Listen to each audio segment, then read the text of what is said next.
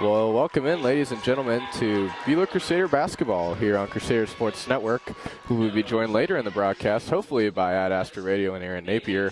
For the meanwhile, though, Carson Muller will be giving you play-by-play. So, we're about to tip off just 1 minute away from starting lineups. Going to introduce starting lineups here for the El Dorado Wildcats. Starting at guard, number 1, Macy Parsons, 5'4" junior. Number 10, Gibby Baker, 5'4" junior. Number 12, Victoria George, the 5'2" senior. Number 24, Presley Johnson, the 5'5" senior. And number 35, Sydney Scholes, the 5'10" junior. Last time these two played, the Buhler Crusaders able to take the victory with a running clock in the fourth quarter, 53-22. Starters for the Crusaders, number 2, Natalia Krafels, the 5'10" freshman. The 5'4" junior, number 5, Taryn Horning. The 5'9" senior, number 11, Marin Lackey. 5'9" freshman, number 22, Charlie Baxter. And number 25, the 5'9" senior, Abby Utsi. Abby able to have 10 points last game. Late in the fourth quarter against Augusta. Wasn't able to match the Augusta Orioles production as they scored 24 points there in the fourth quarter. Crusaders look to take another victory against El Dorado. As I mentioned earlier, they were able to take the victory 53-22 in the first time around. This is a rare occurrence as the El Dorado Lady Wildcats will be able to host 2 games in a row, so we do miss their senior night here. Abby Utsi is really the spark plug of these Lady Crusaders as we look toward the game. The Crusaders are going to want to go, take quality shots. They shot 10% from the field in the last time they played the Orioles, hoping to instill that confidence they had headed into the El Dorado game. We will start. Crusaders will be in their all-black uniforms, going right to left. Augusta in their all-whites.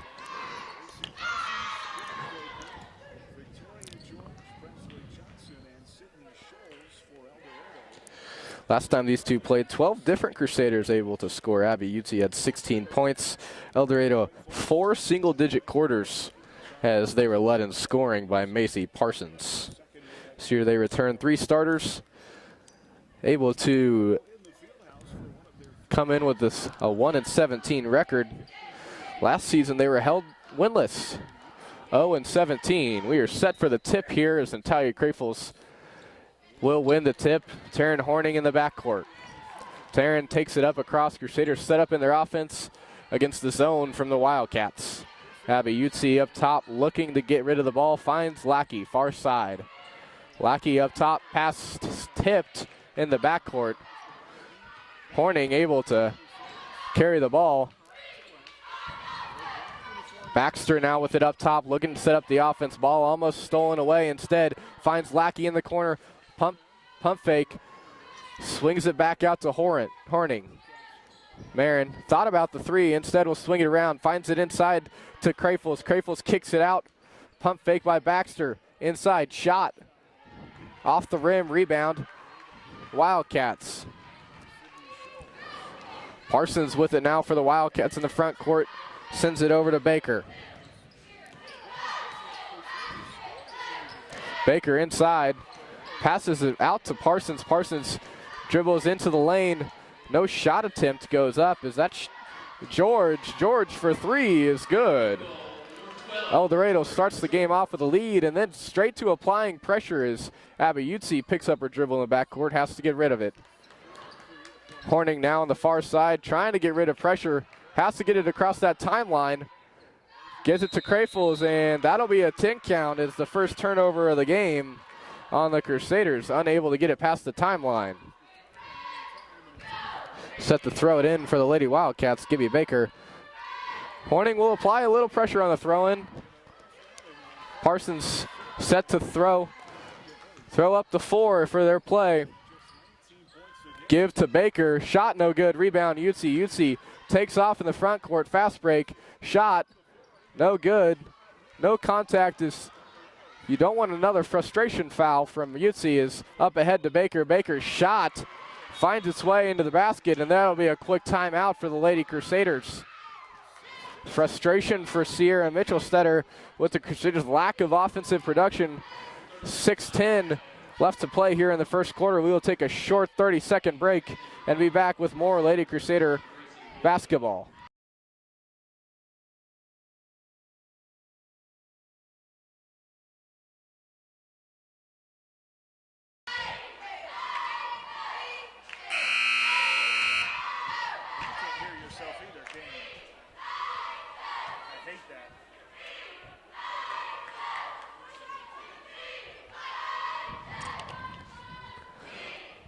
Set to resume play. Checking in for the Lady Crusaders, number 1, Gracie Ord. Also for the El Dorado Wildcats, Trinity Motter.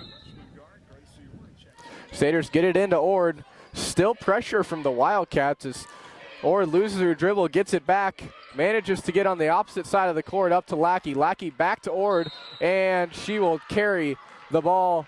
They're going to rule that a travel. There'll be 2 turnovers for Buhler.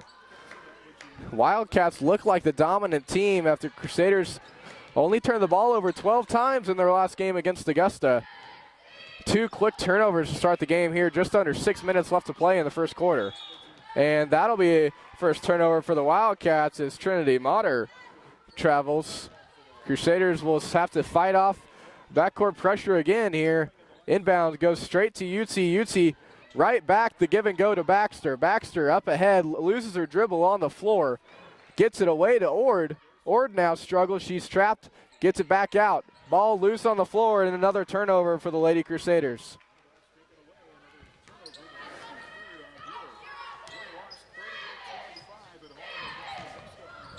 Shot up, no good, rebound.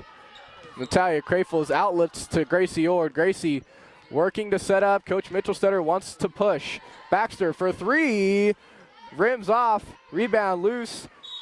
And that will be a foul call there on Abby Utsi. They're going to get her with the push. Rebound was corralled by Presley Johnson. It's not a foul you want to see this early in the game as Utsi will check out along with Baxter and Lackey. Checking in is Taryn Horning, McKenna Siemens, and Emmy Stallman. Crusaders set immediately up in some full court pressure. Ball gets inbounded. Motter over to Baker. Baker has yet to put it on the floor, does finally. Long pass up ahead for Souls. Up to Parsons. Parsons calls the offense, drives, kicks it out. Johnson now over to Baker. Baker puts 2 on the floor and gets it off to Scholes. Motter with it at the elbow, passes it out, and that'll be stepped out. Turnover on the Wildcats. That'll be Presley Johnson. Crusaders able to inbound it right back. Stallman has it now. Stallman picks up her dribble, looking for Horning, able to get rid of it. Up across the timeline is now in the hands of Krafels. Krafels picks up her dribble, ball batted away loose. Krafels able to come away with it. Pop shot in the lane for Krafels, rims short. Rebound, Gracie Ord, and that'll be the Crusaders' first points coming with 4:23 left to play. Gracie Ord puts that one and forces a quick batted ball. Tries to save it from going out of bounds. Instead, it'll end up in the hands of Parsons. Excuse me, that's Johnson. Johnson now ahead to Baker. Baker in the offense. Sets up a weave look at the top of the key. Faith Miller at the check-in table. Pass into Scholes in the lane, and that'll be an easy 2 points for the Wildcats. Inbound straight to Horning. Crusaders still struggling as that long pass by Ord goes over the head. Just a little too aggressive there by Gracie Ord, and that'll be the Crusaders' 4th turnover here in the first quarter. Substitutions, Faith Miller and Charlie Baxter checking in for the Crusaders. Horning and Krafels will come out. 7-2 our score here. Crusaders down. As that ball is batted, turned over by the Wildcats. Gracie Ord comes away with it. Layup is good. Gracie Ord 4 quick points, and the only 4 for the Crusaders here. 3:30 left to play in the half. or in the first quarter, excuse me.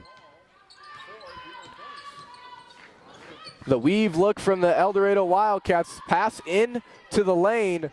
Thought about a shot, was Laddie. Instead, it'll be a long three. Rebound, Emmy Stallman. Gracie Ord now takes it across the timeline, picks up her dribble, has to get rid of it, does. McKenna Siemens for three, and that's good. McKenna Siemens with the three, and call it a timeout. Coach Julie Jones for the Wildcats. McKenna Siemens, one of the Crusader ladies that has come on late in this season off the bench, asserted herself as a three-point shooter. We'll take about 45 seconds. Come back with some more Lady Crusader action. Our score 7-7. Buhler, El Dorado.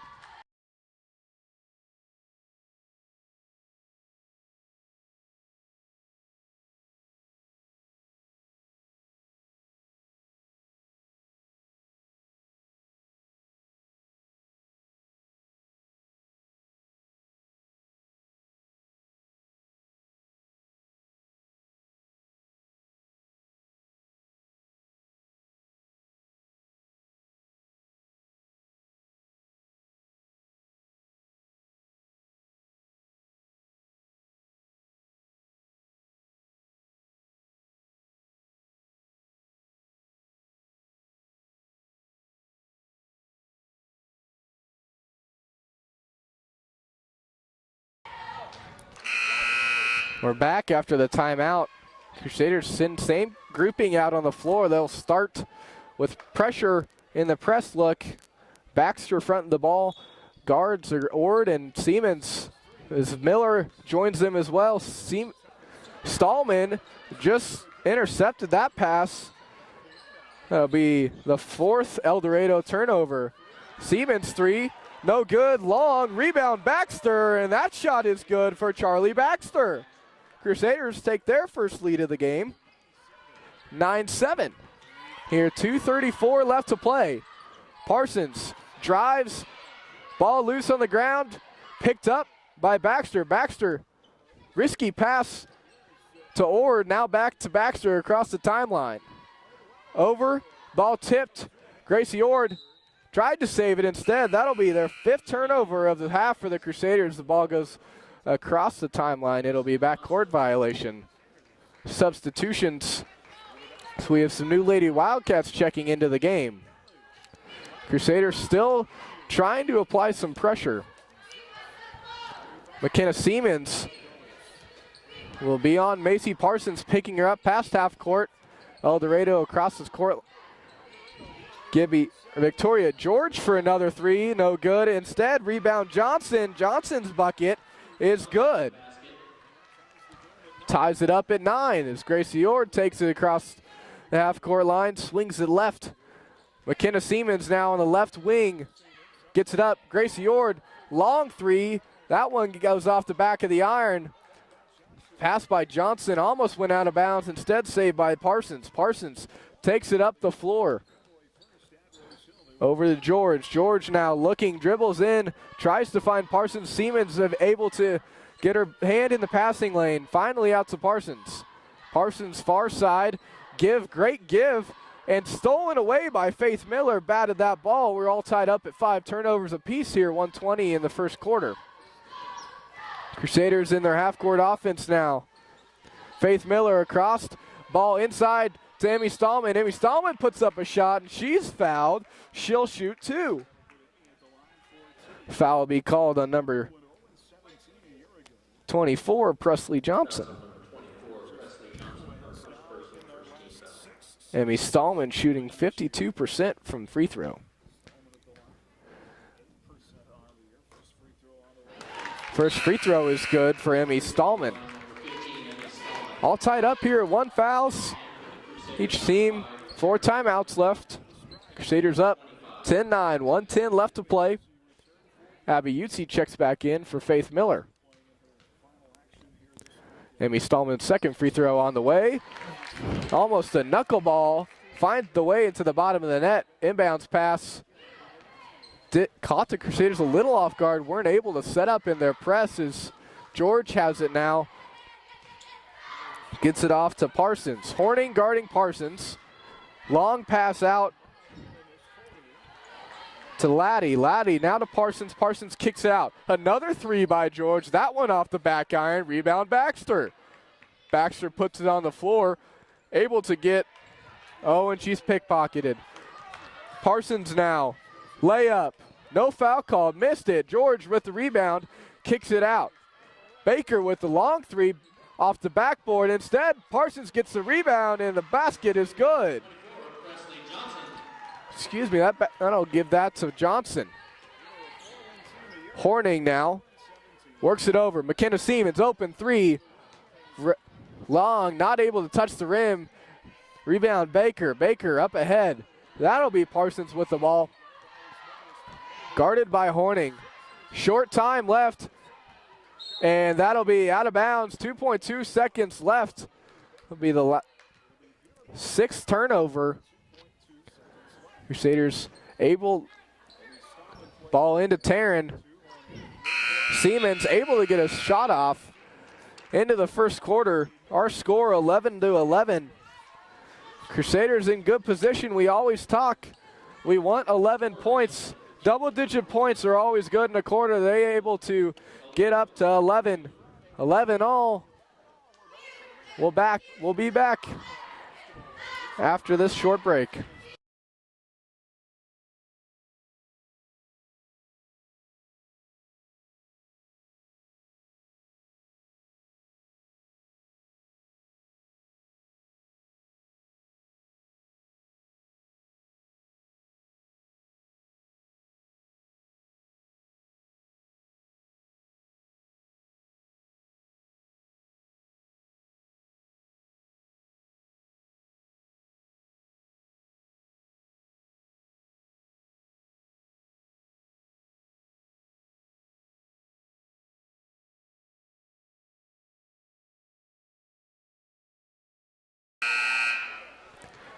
We're back at the beginning of the second quarter.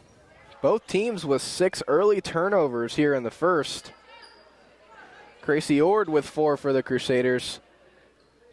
McKenna Siemens also has a 3. Emmy Stallman knocked down her 2 free throws.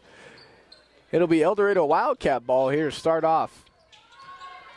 Trinity Motter, the sophomore, tries to inbounds it. Instead, Abby Utsi will be able to poke it away from Presley Johnson. Inbounds. Johnson will throw it in, trying to find Scholes. Ends up, and that'll be a foul called on Charlie Baxter, her first, team second. El Dorado will set up again on the floor for the Crusaders. Their starters are back in. It's Utsi, Lackey, Natalia Krafels, Baxter, and Horning, as that's the first turnover of the second quarter on El Dorado. Crusaders with the ball, looking to set up their half-court offense. Ball knocked away from Abby. Instead, works its way down to the left baseline with Lackey. Lackey picks up her dribble, has to get rid of it. Baxter now for 3, off the back of the rim. Rebound, Krafels. Krafels will be whistled in a foul. Great rebound by Natalia Krafels, able to get up and haul down the rebound. Crusaders will set up in a box look to throw this in. Horning will inbounds. Horning looking, gets it to Utsi. Utsi right, tries to go back into Horning. Ball swatted out by Sydney Scholes.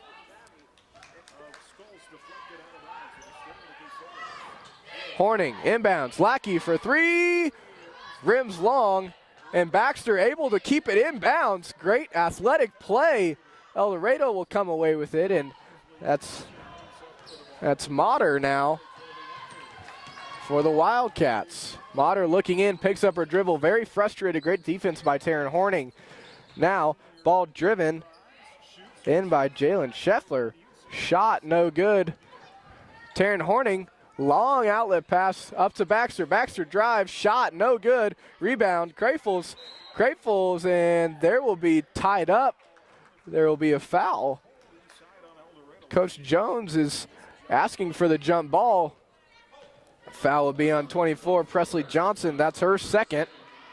as we have 4 substitutions in for the Wildcats. 1 for the Crusaders as Gracie Ord comes in for Charlie Baxter.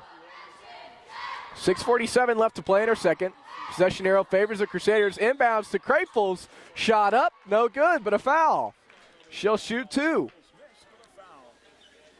Fouls committed by number 1, Macy Parsons, her first personal, 14 fouls. Natalia Krafel shooting an even 50% here from the free throw line. Crusaders have Utsi and Ord in to rebound at the break. First free throw off the left side of the rim, rolls out to the right, no good for Krafels. 6:46 left to play here in the second. El Dorado 4 fouls, Crusaders 2. Second free throw on the way, and that one will be good, breaking the 11-11 tie. Ball up ahead.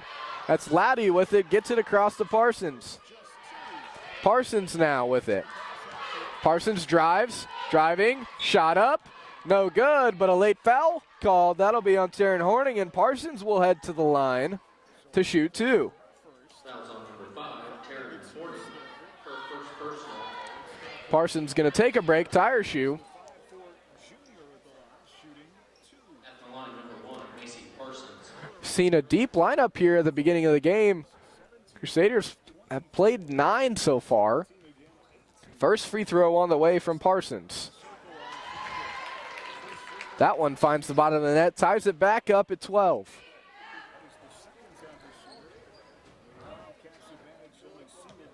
Wildcats have their 2 bigs at the timeline, preventing any long home run ball passes, as the second from Parsons is good, giving the Wildcats the lead. Abby Utsi set to check to throw it in, and El Dorado will start in a press. Marin Lackey, dangerous pass to the middle. Krafels comes away with it, and she is fouled.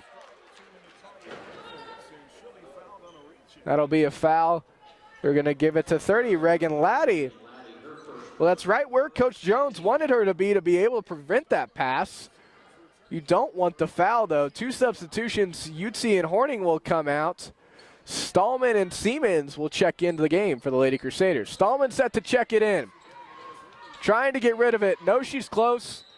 And they're going to say Stallman crossed the line when she threw it in, fell forward, and that'll be a turnover here, the first of the quarter for the Crusaders.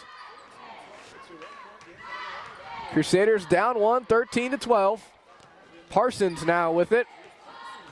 Top of the key, gets it off to Baker. Baker looking, weave look, George floater in the lane, off the backboard. Rebound, Gracie Ord. Gracie has Siemens up. Siemens wide open layup, it's good. Great feed and find by Gracie Ord to find the wide open McKenna Siemens running the floor. She has 5 early points. George now with the long 3, and that one will be good. Gracie Ord trying to beat the press, ends up getting it to Siemens. Siemens still yet to cross the timeline, does. Ball will be knocked out of bounds. They're going to say stay with the Crusaders. Into the ball game for the Wildcats, number 5, Keely Fondre. Subs for the Wildcats, Keely Fadre checks in the game. Sydney Scholes will take a quick rest. 5:30 left to play. Ord, floater in the lane, and that one's good. Ties us back up at 16. Basket good for Gracie Ord, and she has 6. Wildcat across the timeline. No pressure yet after the set play earlier we saw from the Crusaders. George with it now for the Wildcats. Long shot, and that'll be a foul on Emmy Stallman. George will head to the line. Be Stallman's first foul. Fouls on number 15, Emmy Stallman. The team's 5th. 14 foul. 4th correction. First free throw on the way here for Victoria George. Free throw is hard off the backboard. Hits the side of the rim, rattles out. Subs for the Wildcats as Motter set to check in for George pending this next free throw. Buhler coming into the game at 3-15. Second shot missed. Rebound, Crafels looking to grab another win here, set them up for a prime postseason position, wanting to still creep up so they face a lower seed. Long pass from Crafels over to Lackey. Lackey manages to save it. Crafels now takes the three, and that's short off the front of the rim, and that'll head out of bounds. Wildcat ball. Motter will now check in for George. Coach Sierra Mitchellstetter wanting a timeout, and that'll be a full timeout. We'll be back here after a minute timeout with more Lady Crusader basketball.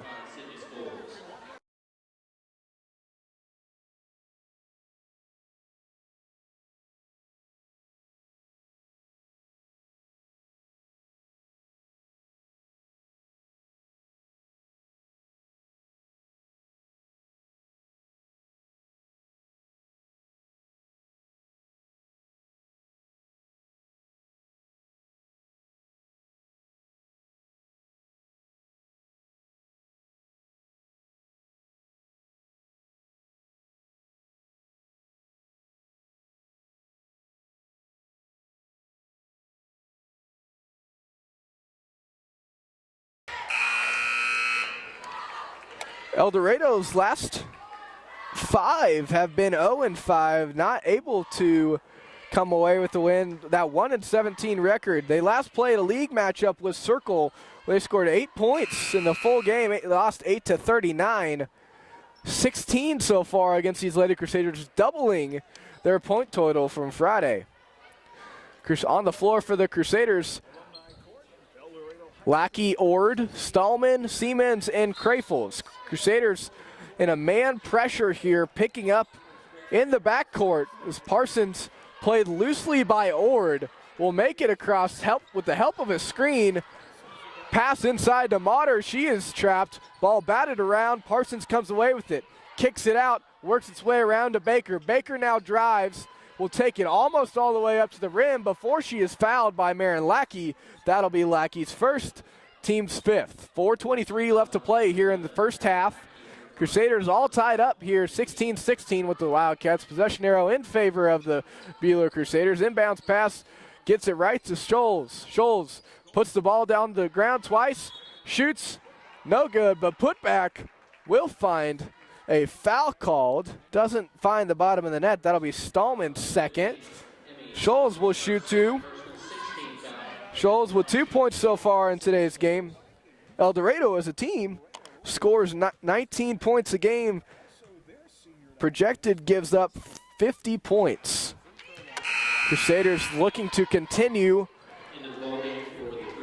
some double-digit quarters here as substitutions for the Crusaders. Siemens, Lackey, and Stallman come out. Baxter, Utsi, and Claudia Taylor check in. Claudia will see her first action, the freshman.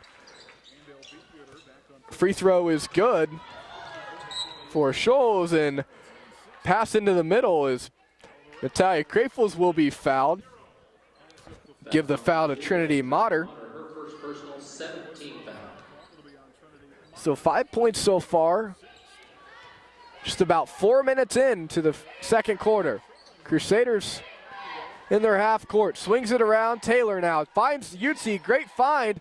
Utsi unable to hold on. They're going to say that's last touched by Sydney Scholes, and that'll be a throw-in for the Crusaders. Quick stoppage as the official checks in with the timekeeper. Crusaders set to check in. Inbounds play right to Utsi. Utsi now to Ord. Ord over to Baxter. Baxter on the left side. Top of the key, works its way over. Utsi now, great backdoor find. Shot up by Ord is blocked in a foul. Ord will shoot 2.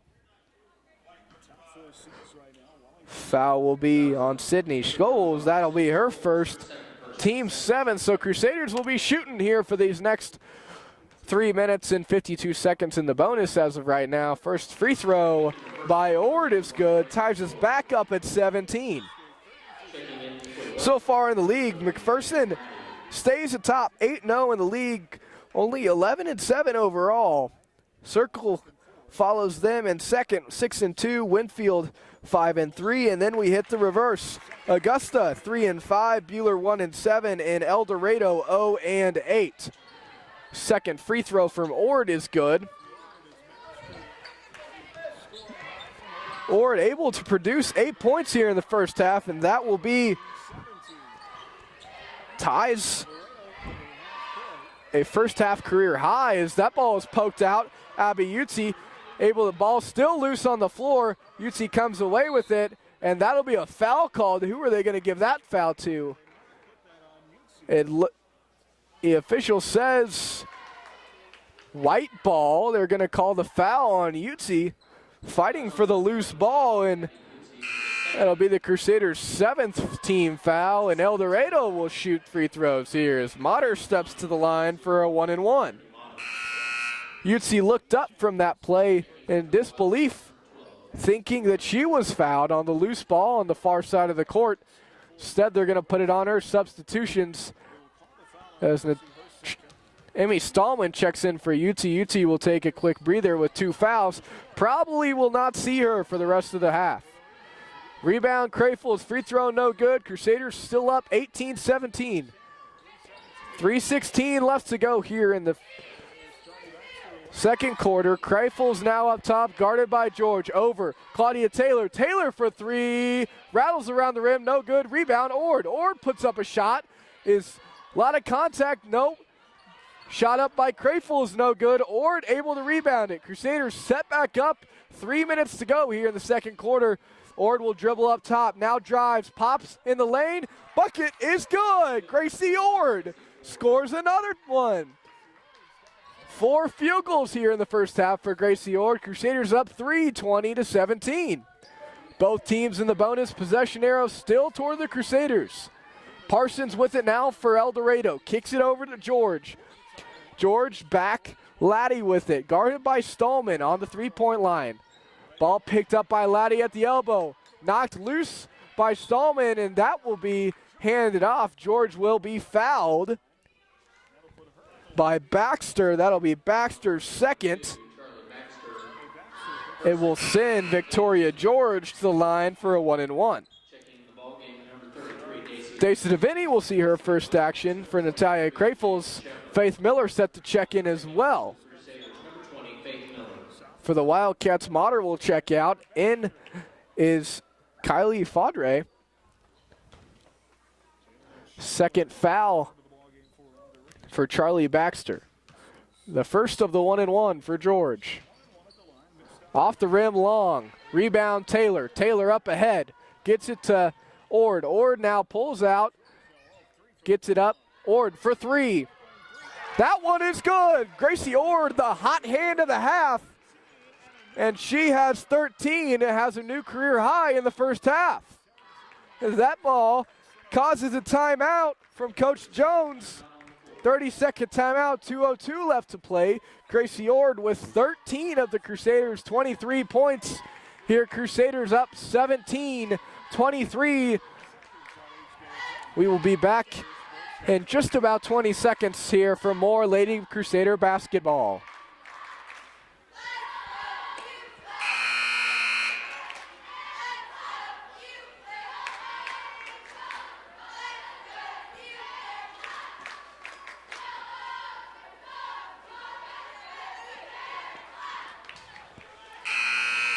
Back on the floor for the Crusaders, number 15, Emmy Stallman, 33, Daisy DeVinny, 20, Faith Miller, 34, Claudia Taylor, and number 1, Gracie Ord, who has found more than half of the Crusaders' points production as she is burned by Parsons here. Parsons give and go. Parsons now on the baseline, kicks it out.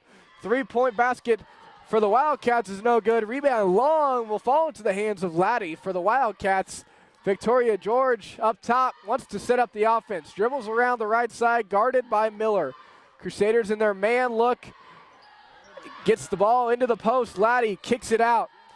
3-pointer for Parsons is short off the front of the rim. Rebound falls right into the hands of number 23, Scheffler. She is fouled by Taylor, and she'll shoot 2. Here, 1:32 left to play.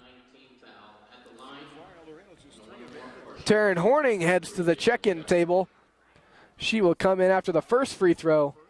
Quick action and release from Scheffler. The ball goes off the back of the rim. Taylor will check out with her foul. Second free throw attempt here for Jalen Scheffler. Quick release off the back of the rim. Falls in. Crusaders trying to break the press look. DeVinny almost lost it. Instead gets to Ord. Ord across the timeline to Horning. Horning will set up the offense. Over left side to Faith Miller. Faith Miller dribbles around to DeVinny. DeVinny now. Stallman wide open. Gets the ball. Shot up. No good, but a foul. Amy Stallman will shoot two.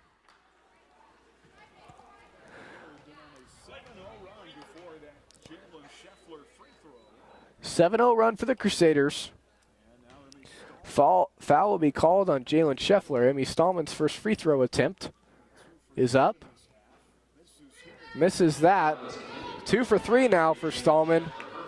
Gracie Ord heads to the backcourt. Quick word with Coach Mitchell Stetter, and then back out to a defense position. Gracie Ord has 13. McKenna Siemens has 5. A lot of production from the youngins here as the Crusaders. Emmy Stallman puts the second through. Makes it a 6-point ball game. Laddie now dribbles across the timeline, now into the hands of Parsons for the Wildcats. 1 minute left here in the first half. Parsons drives, shoots off the side of the rim. She'll get her own rebound and put back. That basket is good to cut it to a 4-point lead for the Crusaders. Gracie Ord almost traveled, able to get the ball away. Faith Miller will take the three. Miss, rebound, El Dorado. El Dorado looking to push it. Parsons across, drives in the lane, kicks out Baker.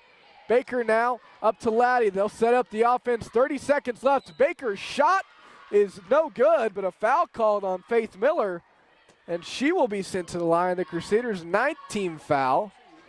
Faith Miller's second.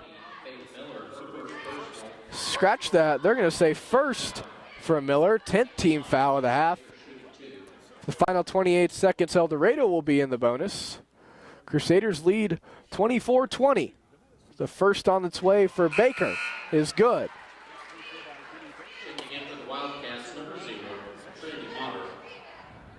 Crusaders able to keep another double-digit quarter, something that we attribute to keys of success for them to be able to compete in these games and in this league.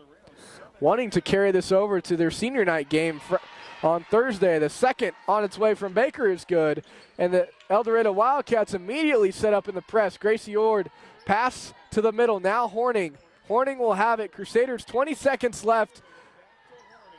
Don't need to be in a rush here. Ord for three, long side. Rebounds long, rebound DeVinny. DeVinny shoots and scores. Daisa DeVinny. Basket finds the bottom of the net. 5 seconds left. Crusaders will be able to finish with 26 points. And the last basket of the half, able to carry that momentum in to that first half, scoring 15 points. In the second quarter, they will take a 26-24 lead to halftime. We will check in with you here in about 5 minutes for your preview of the next half and what else is to come here on Crusader Sports Network.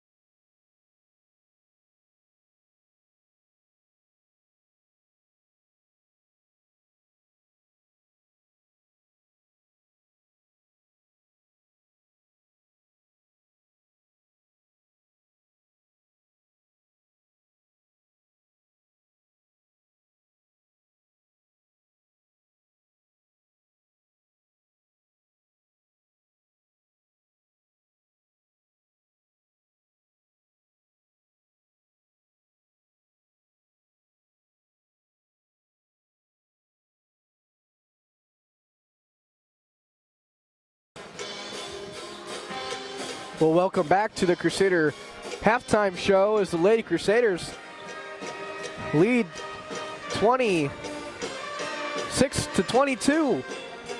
And we look ahead to the postseason. Crusaders have one game left in the regular season. That'll be a senior night game against Winfield on a Thursday night at home at Jim Baker Fieldhouse. If the postseason started today, Crusaders would be matched up against Andale in the first round. That sub-state would be hosted by Andale.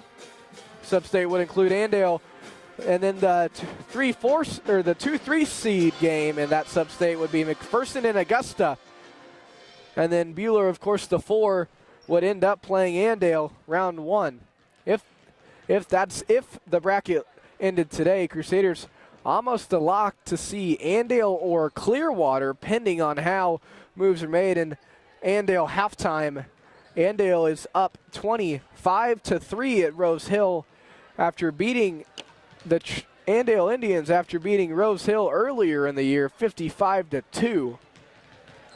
Rose Hill scores 3 points in the first half, hopefully feeling good. Andale, a tough matchup. Lady Crusaders looked good in that game.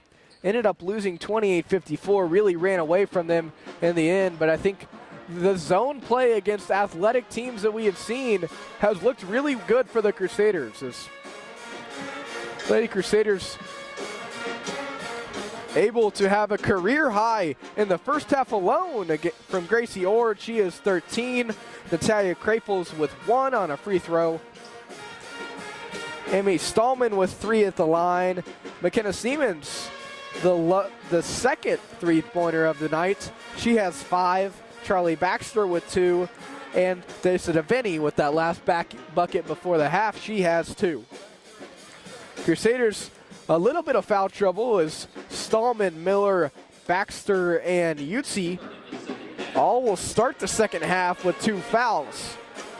On the turnover battle, it calmed down a little bit. Crusaders managed to escape the first half with, by my count, 7 turnovers. Wildcats with 8. We will take a minute break and bring you action from the second half.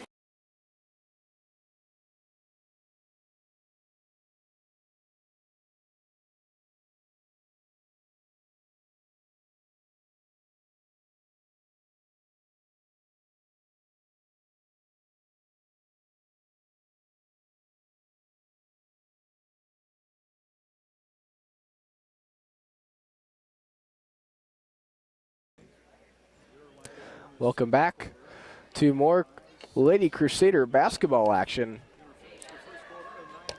Both teams have overcome their final scores in the last 2 games. El Dorado has scored 24 once in their last 5. Crusaders surpassing their last 3.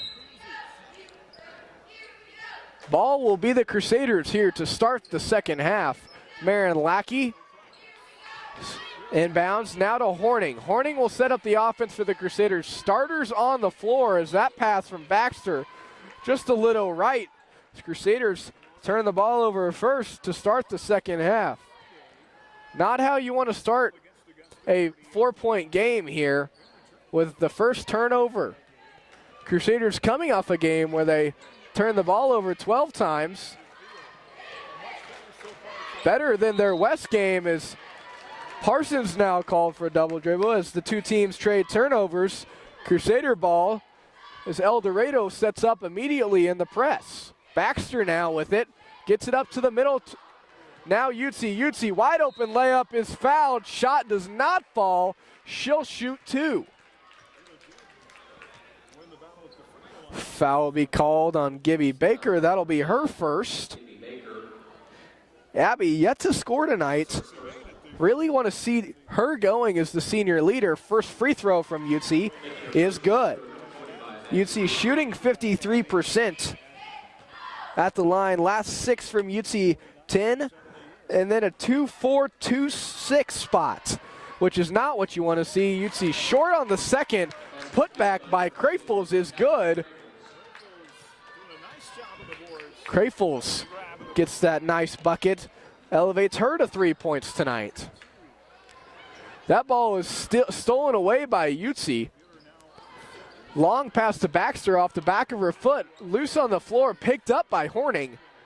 She'll get it across to Baxter. Baxter now on the far side, wanting to set up the offense. Picks up her dribble, gets it away. Marin Lackey will take the three off the back of the rim. Rebound gets up there is Crayfuls. She'll kick it back out, and they'll set up the offense again in the hands of Horning. Now over to Baxter. Abby Utsi working the lane open, not able to get a pass through. Rotates it around. Now back to Baxter. Baxter in. Finds Utsi. Utsi in trouble. Tries a bounce pass in the lane. Will be batted away off of Crayfuls. The second turnover for the Crusaders. The 9th turnover here on the game is first substitutions of the half will be on the El Dorado side. Victoria George will come out. Scholes will come in. Parsons gets the inbound, 6:30 left to play. Crusaders lead by 7, 29-22. And Parsons with the dribble, loses it for a second, gets it back. Baker now. Running a weave look, ball poked out, and that will be touched, and a backcourt violation as Sydney Scholes tries to save it. Goes off the back of her foot, then back across the timeline.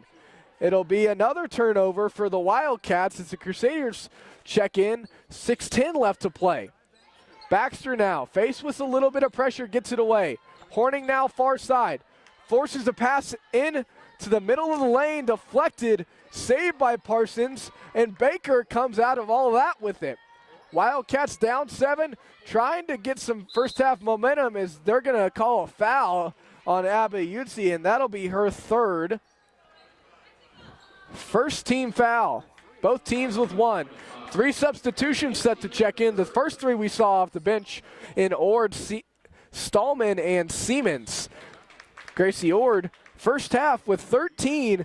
Crusaders set up in a man look. Inbounds pass right to Gibby Baker.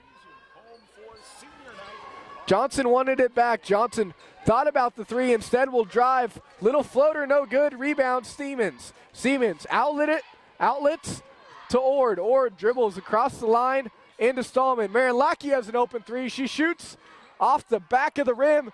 Rebound loose. Ord comes away with it. It's deflected. Who are they going to give it to? Black ball. They're going to say it's off Scholes. 5:27 left to play here in the 3rd. Abby Utsi on the bench with 3 fouls. Siemens set to check in. We'll get it to Ord. Ord sets up the offense. Lackey now with the top of the key. Ord looks back, finds Lackey, working it around, trying to find the open look. Ball poked away by Johnson. Ord hustles to recover it. Ball tipped, and another poke away by Johnson. Long pass up ahead to Crayfuls. Now to Siemens. Siemens shot. Rims long. Rebound Crayfuls. Crayfuls loses it on the ground. Throws it off of Parsons. Able to keep it with Crusader possession.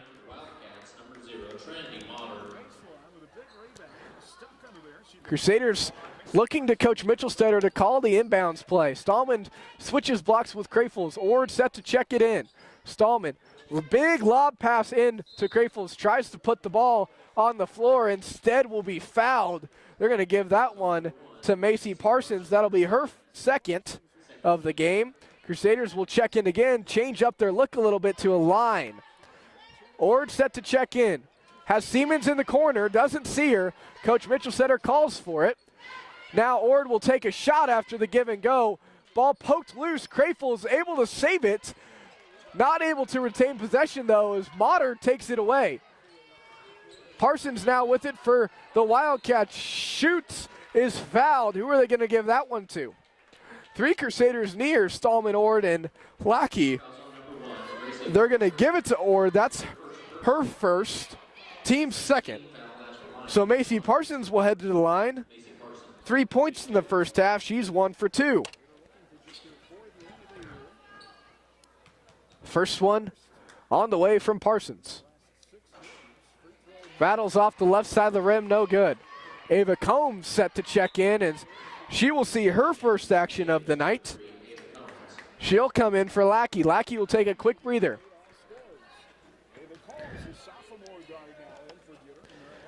Marion Lackey, no points, has a couple good looks from three as Parsons set to take the next free throw.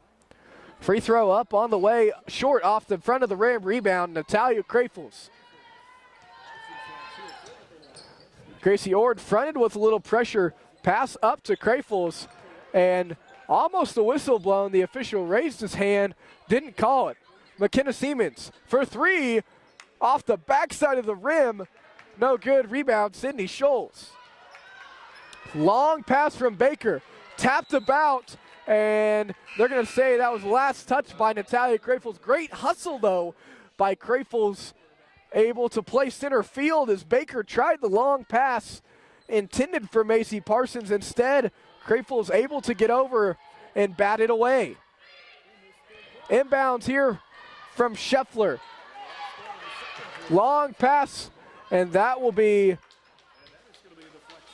out of bounds. Last touch, they're going to say, by El Dorado as Claudia Taylor set to check in.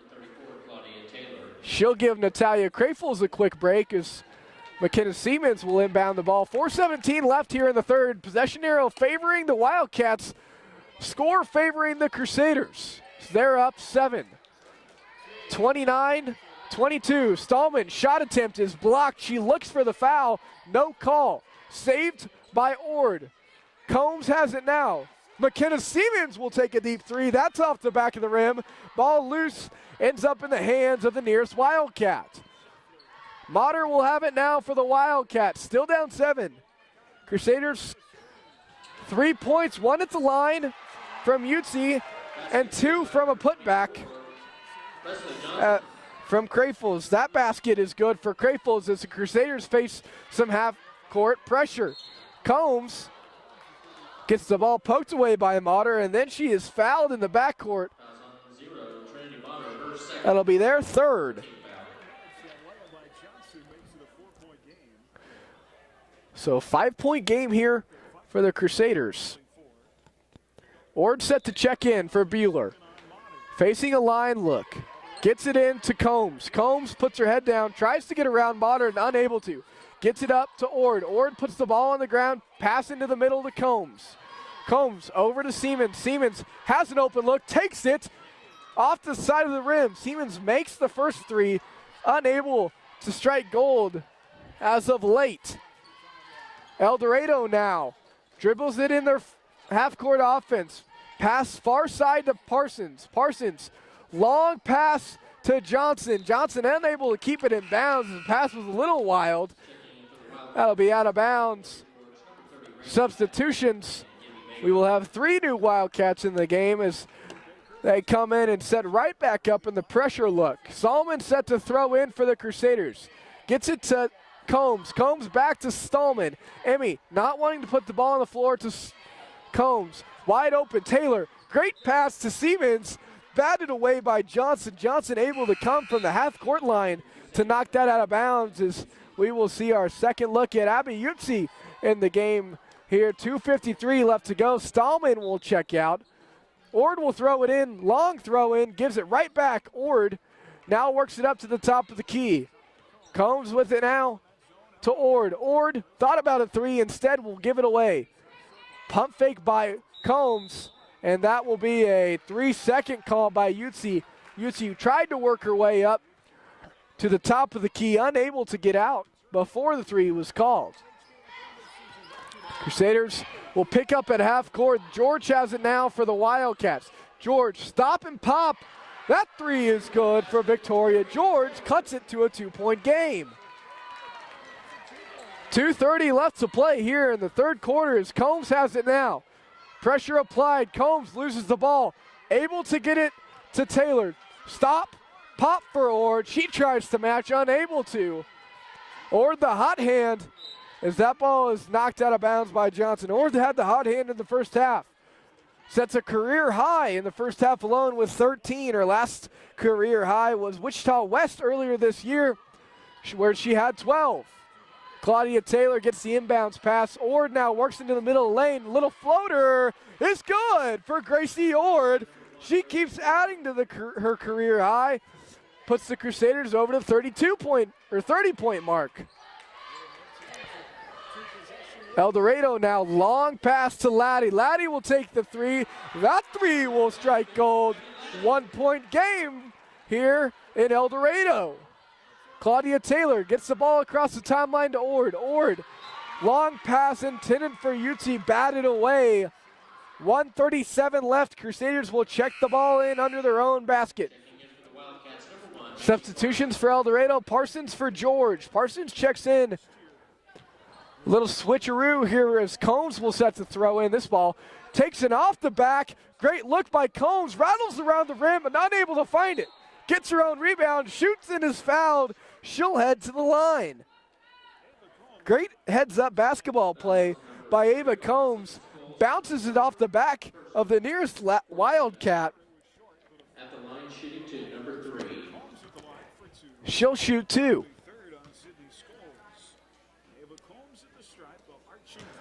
First free throw doesn't strike rim, short. 1:30 left, Crusaders up 1, 31-30. Third quarter, each team, 3 timeouts left. Crusaders only 2 fouls. First free throw, they're gonna go lane violation called here on Ava Combs, crossing the free throw line. El Dorado down 1, has come back from a 7-point deficit. Macy Parsons with it now. Dribbles it, gives it to Baker. Baker now to Scholes. Scholes inside, tucks the ball, shoots it, and is fouled by Claudia Taylor. That'll be her second. Sending Sydney Scholes to the line. She is 1 for 2 tonight. Crusaders' third team foul here. 1:15 left to go here in the third quarter. First free throw on the way for Scholes. Will fall in. Ties up the game here, 31. Nat Crafels checks back in for Claudia Taylor.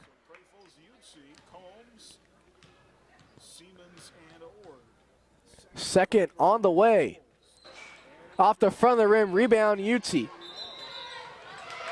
And they're going to call a traveling on Abby UT. The third turnover is the costly one.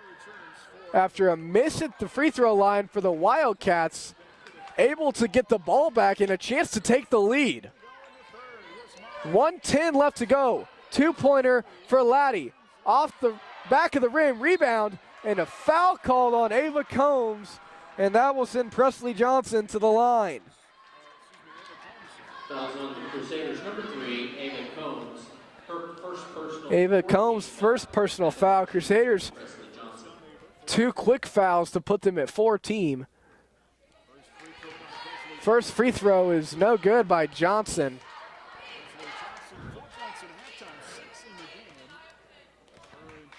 Big free throw here to take the lead from Johnson. Johnson's quick release, no good.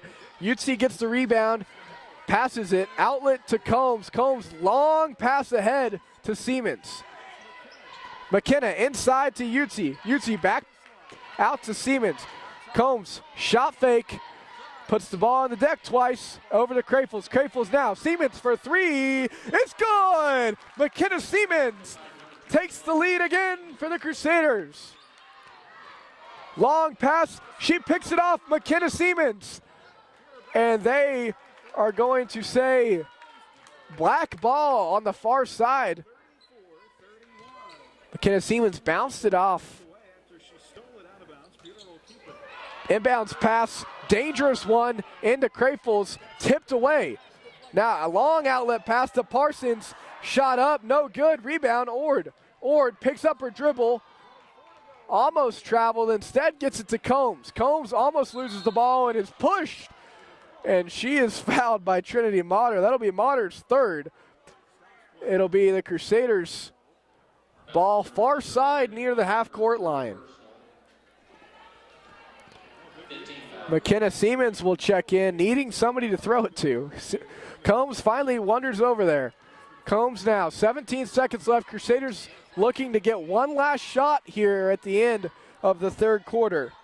If they could get a basket, they'll keep at that double-digit point mark. Shot fake by Combs, over. Crafels now puts the ball, finds it, and gets the bucket for Natalia Krafels. And that's the end of the third quarter. Great coaching call play there by Sierra Mitchellstetter. Crusaders scored 10 in the third. That'll be 36-31. We'll be back at the start of the fourth for more Crusader basketball.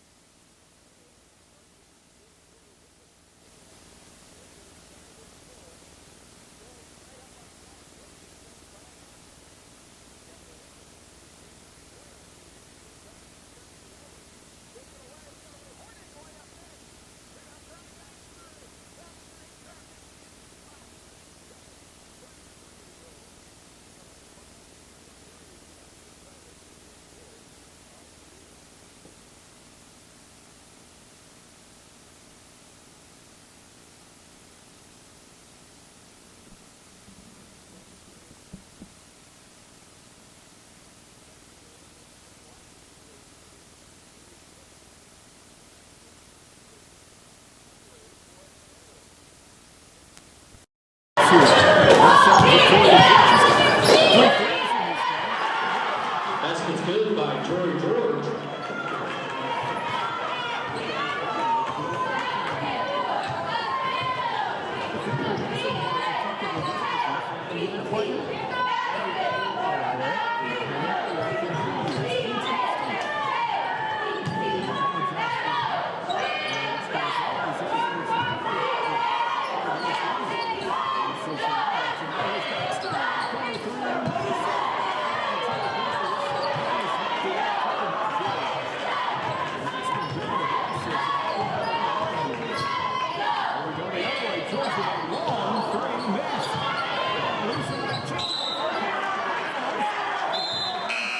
Checking in for the Crusaders, number 1, Gracie Ward. In for the Wildcats, number 0, Trinity Monder, number 10, Evie Baker, number 30, Reagan Laddie, and number 24, Presley Johnson.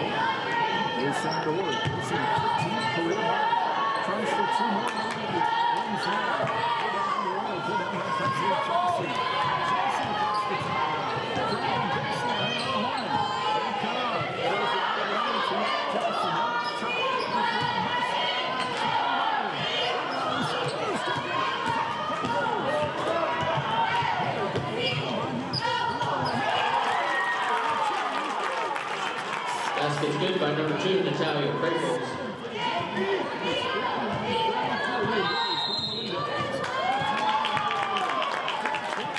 We have a 30-second timeout on the floor.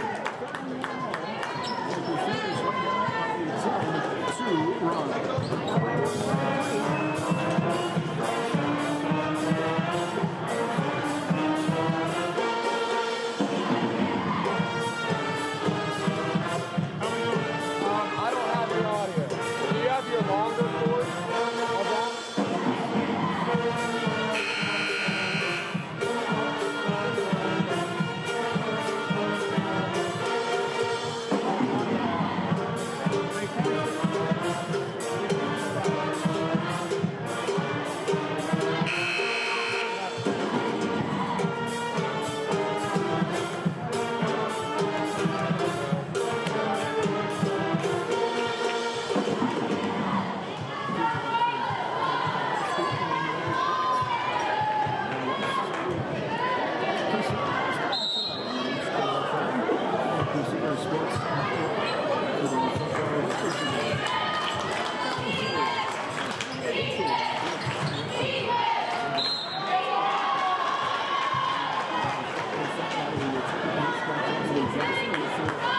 Fouls on Buhler's number 11, Erin Lackey. That's her second personal, 15 foul.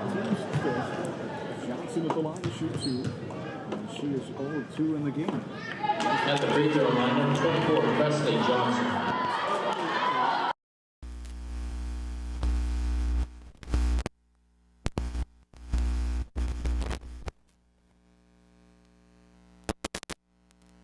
Point game, 41-34. 4:18 to go here in regulation. And now Buhler with another turnover. As Lackey has the ball deflected off her out of bounds. That is now 14 turnovers on the Crusaders. Wildcats to play it in. 4:13 left.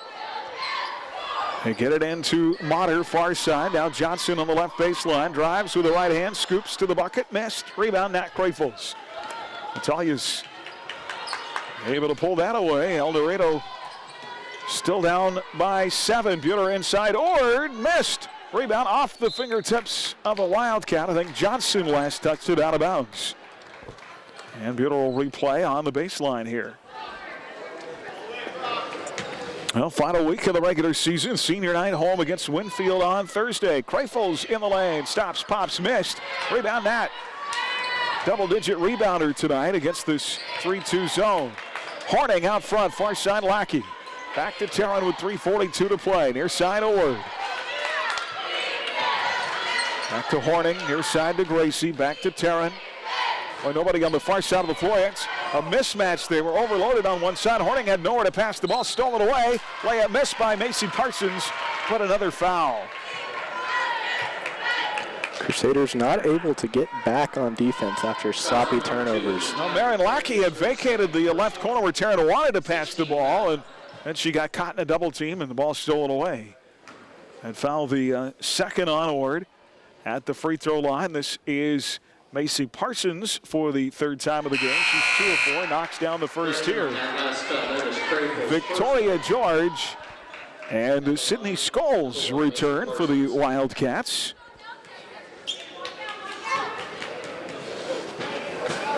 Second free throw short. Rebound Buhler. So Parsons 1 of 2. 41-35. El Dorado shaved the lead to 6. It's 2 possessions. Here is Krapels out there with Ord, Horning, Stallman, and Lackey. Marin has the ball go off her leg, deflected. Stolen away. Parsons, layup good. And we've got a 4-point game. 41-37. Couple of quick Buhler turnovers. And El Dorado now on a 4-0 run. And now another steal. This one gets away from Stallman. Boy, Macy Parsons coming up with some big plays. George for three, and it's good. It's a 1-point game. 41-40, 2:42 to play. Here is Crafels. And a timeout by Buhler. Timeout on the floor. Timeout, Buhler. A 7-0 Wildcat run aided by 3 Buhler turnovers. And we have a timeout with 2:40 to play. 41-40. El Dorado has easily scored their most points of the year. We'll be back in 30 seconds. Crusader basketball on HKFM, the Crusader Sports Network. Patton from Wade Patton Insurance. If you're looking for sound advice, dependable service, and the careful evaluation of your family's insurance needs, you should give us a call. At Wade Patton Insurance, we specialize in personal service. Your agent that evaluates and sells you your policy is the same agent that will be there answering questions and providing sage advice when you need it. So if you're looking for personal service from an accessible agent, check us out online or give us a call at 620-662-5469. HKFM. Well, back here at Alumni Court at El Dorado. 3 Buhler turnovers in this last sequence has turned into 7 El Dorado points. For the most part, it's done a pretty good job taking care of the ball tonight. I hate to see in this last little stretch that they kind of give that up. Yeah, the second and third quarters have been really good for the Crusaders, able to limit those sloppy turnovers. You don't want to see them pick the ball up at the spike line on the court, or the out of bounds line at the volleyball, on the volleyball court here, painted on this alumni court here in El Dorado. That creates the sloppy turnovers. All right, Buhler ball. And Utsi will try a three, short. Rebound, Taryn Hornig. Back out to Abby. 2:25 to play. Utsi has it knocked away. Loose on the deck, taken by Utsi again, who's tied up. And on the arrow, the ball will stay with the Crusaders. That was nearly a 4th turnover in this sequence. Crusaders will play it in, up by just one. 41-40. 2:17 to go in the game. Out front, Utsi, near side of Horning. El Dorado, after playing most of the game out of 3-2 zones, got to a man here. Here is Horning. Far side, Baxter. Baxter against George. Drives it baseline. Johnson knocks it away. Charlie gets it back, in trouble. Somehow finds it to Stallman, and it's knocked away by a Wildcat. Who's it off? It is off El Dorado. Boy, very fortunate there that Buhler didn't give it up again.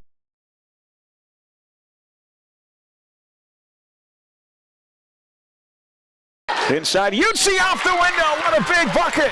A huge bucket. First field goal of the game for Abby. 43-40. It's Buhler by 3. And a huge bucket by Abby Utsi. Huge bucket. Now they need a huge stop. Big momentum swing here for the Crusaders. Such a steal by Utsi, able to create some of her own. There's a takeaway by the senior.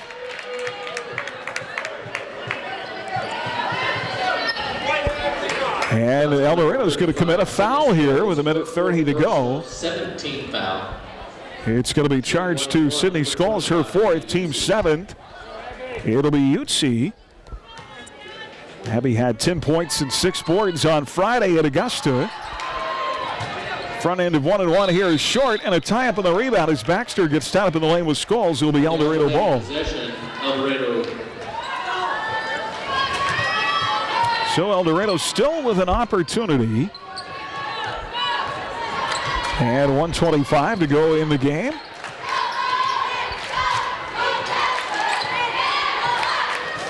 (43-40). Wildcats with it. Far side circle, Macy Parsons. Down to the corner low to Scholes. Scholes underneath, guarded by Stallman. Now they work it out high to Baker. Boy, you've got to guard George on that three-point line. She has 4 of those in this game. Here's a drive, shot strong by Parsons. Big rebound by Stallman. 57 seconds to go. Get her up 43-40. Got to take care of the ball now. Here's Ord across the timeline. Up top to Horning. Harding far side. Utsi with a drive, and they wave off the bucket. They call a foul on the floor before the shot by Abby. It'll be a 1-and-1 for Buhler at the free throw line. They're going to be Utsi at the line. Scholes commits the foul. It'll be her 5th. She'll have to leave the game. Checking in for the Wildcats, number 30, Reagan Laddie. Sydney Scholes finishes with 4 points tonight, replaced by Reagan Laddie. Natalia Krafels back in. Stallman out for Buhler. So here's Abby at the line, 1 of 3 in the game. Getting under the weather this week, fighting through that. Knocks in the first. She'll have 1 more. That is Abby's 4th point tonight, and make it 5 as she knocks 2 down at the line, and it's a 2-possession game, 45-40. And a timeout by El Dorado. 39.5 left here in regulation. Buhler 45, El Dorado 40. It's a full timeout. We're back in 1 minute. Crusader basketball on HKFM and the Crusader Sports Network.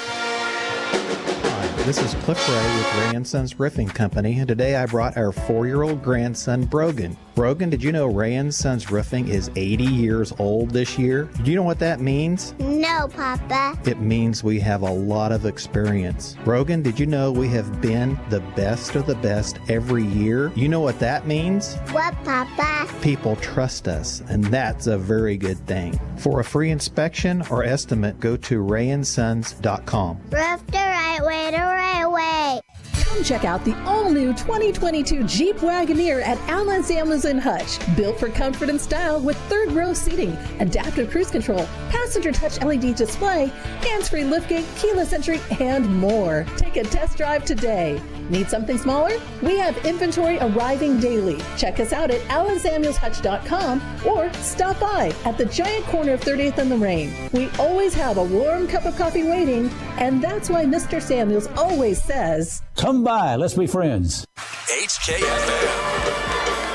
Well, back and forth, we've had 5 lead changes in this game. All came in the first half. El Dorado did briefly tie it in the second half with 31. Buhler then went on a run, a 10-2 run to take an 8-point lead. El Dorado cut it to 1 at 41-40. Now it's 45-40. Buhler by 5. El Dorado to play it in. Out of the timeout by Coach Jones with 34.6 ticks on the clock.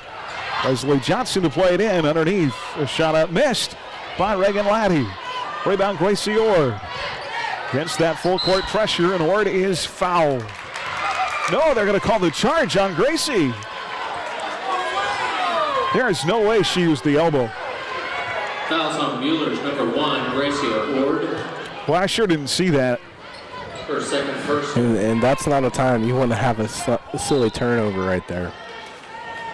27 seconds left. So the second on Ord. It's going to...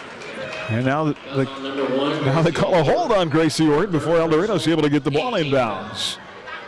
Shooting 1-on-1, number 10. And that'll be the 8th team foul. Well, that's a tough sequence because now Baker goes to the line for a 1-and-1. Baker with 4 points in the game, 2 of 2 at the stripe. Free throw here is on the way and good. Gibby Baker can get it back to a 1-possession game after back-to-back fouls called on Gracie Ord. One on the offensive end. They said that she led with the elbow, and the second a hold. Baker knocks him ball down. 4 of 4 at the line. 45-42, 3-point game, 21 seconds left. And Natalia Krafels is hammered before they finally call the foul on Parsons. And that's going to put Nat at the line, where she's 1 of 2 tonight, Natalia, with 7 points. That foul against Parsons, her 3rd. Natty's a 50% foul shooter on the year, and the first is the most important because it makes it a 2-possession game again. One more for the 5'10 freshman. On the way, missed. Rebound, El Dorado. 46-42, and the Wildcats throw it over on a pass well over the head. That went sailing over the head of Macy Parsons out of bounds.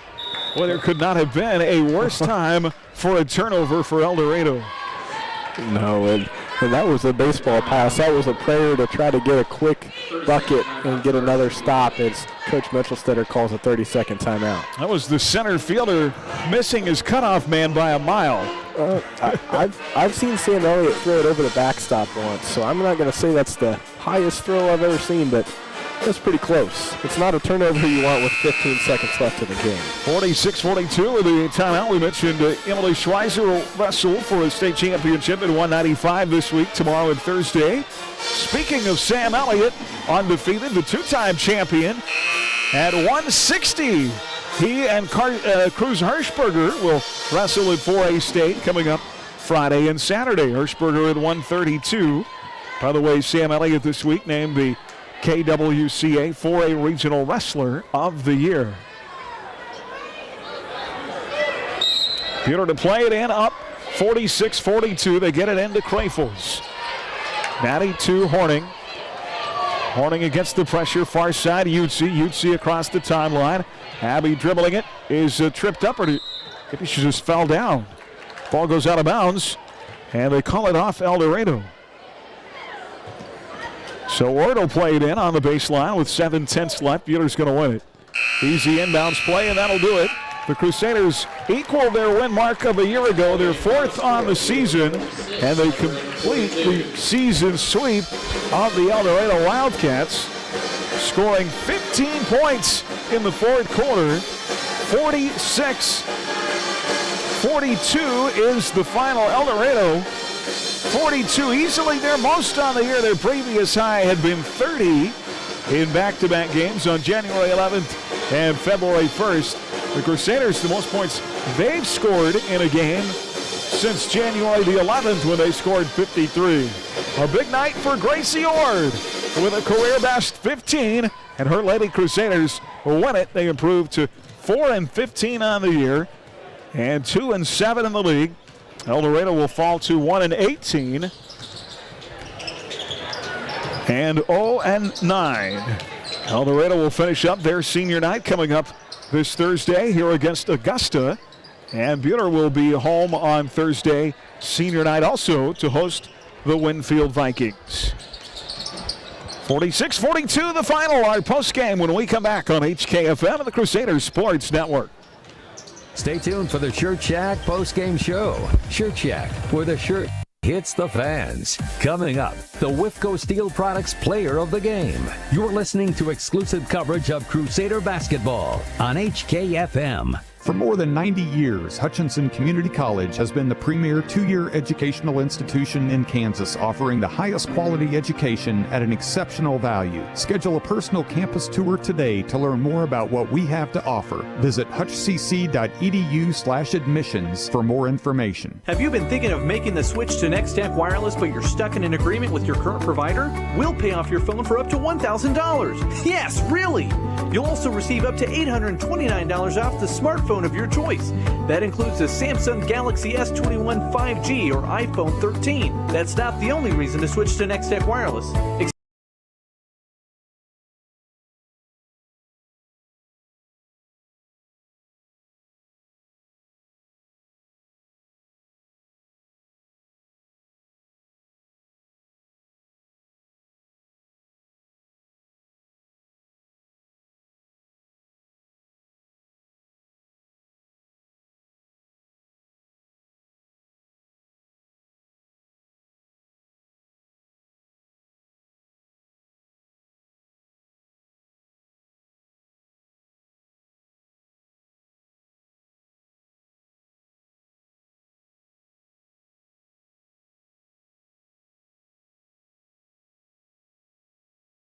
Thank you, Gabe. I've been blessed to be in the car business here in Hutchinson for the past 25 years, and I'm excited for the opportunity to get to take care of all my friends and customers now at Midway Motors. With 5 stores and over 400 cars in selection, I can take care of you even quicker and more efficiently. I know you can, Lane. Find us at MidwayMotors.com. Midway Motors, for every mile of life. HKFM. All back here at Alumni Court at El Dorado, the Buhler Crusaders win it tonight. 46-42 over the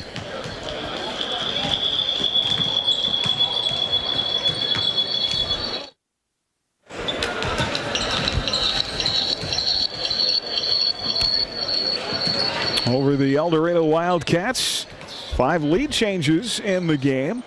El Dorado led by as many as 5 points in the first quarter. And Buhler finished that first quarter on a 9-4 run to tie the game at 11. And Buhler led twice by 6 in the second quarter. It was a 4-point game, 26-22 at halftime. Buhler built a 7-point lead up in the third quarter before El Dorado tied it at 31. And then they again stretched it to 8 with 4:29 to go with the game, 41-33. El Dorado came charging back, got it to a 1-point game. Buhler ends up winning it by 4 tonight for their 4th win on the season. Look at the final numbers brought to you by Adams Brown Strategic Allies and CPAs. Proudly serving businesses in Kansas for the past 70 years.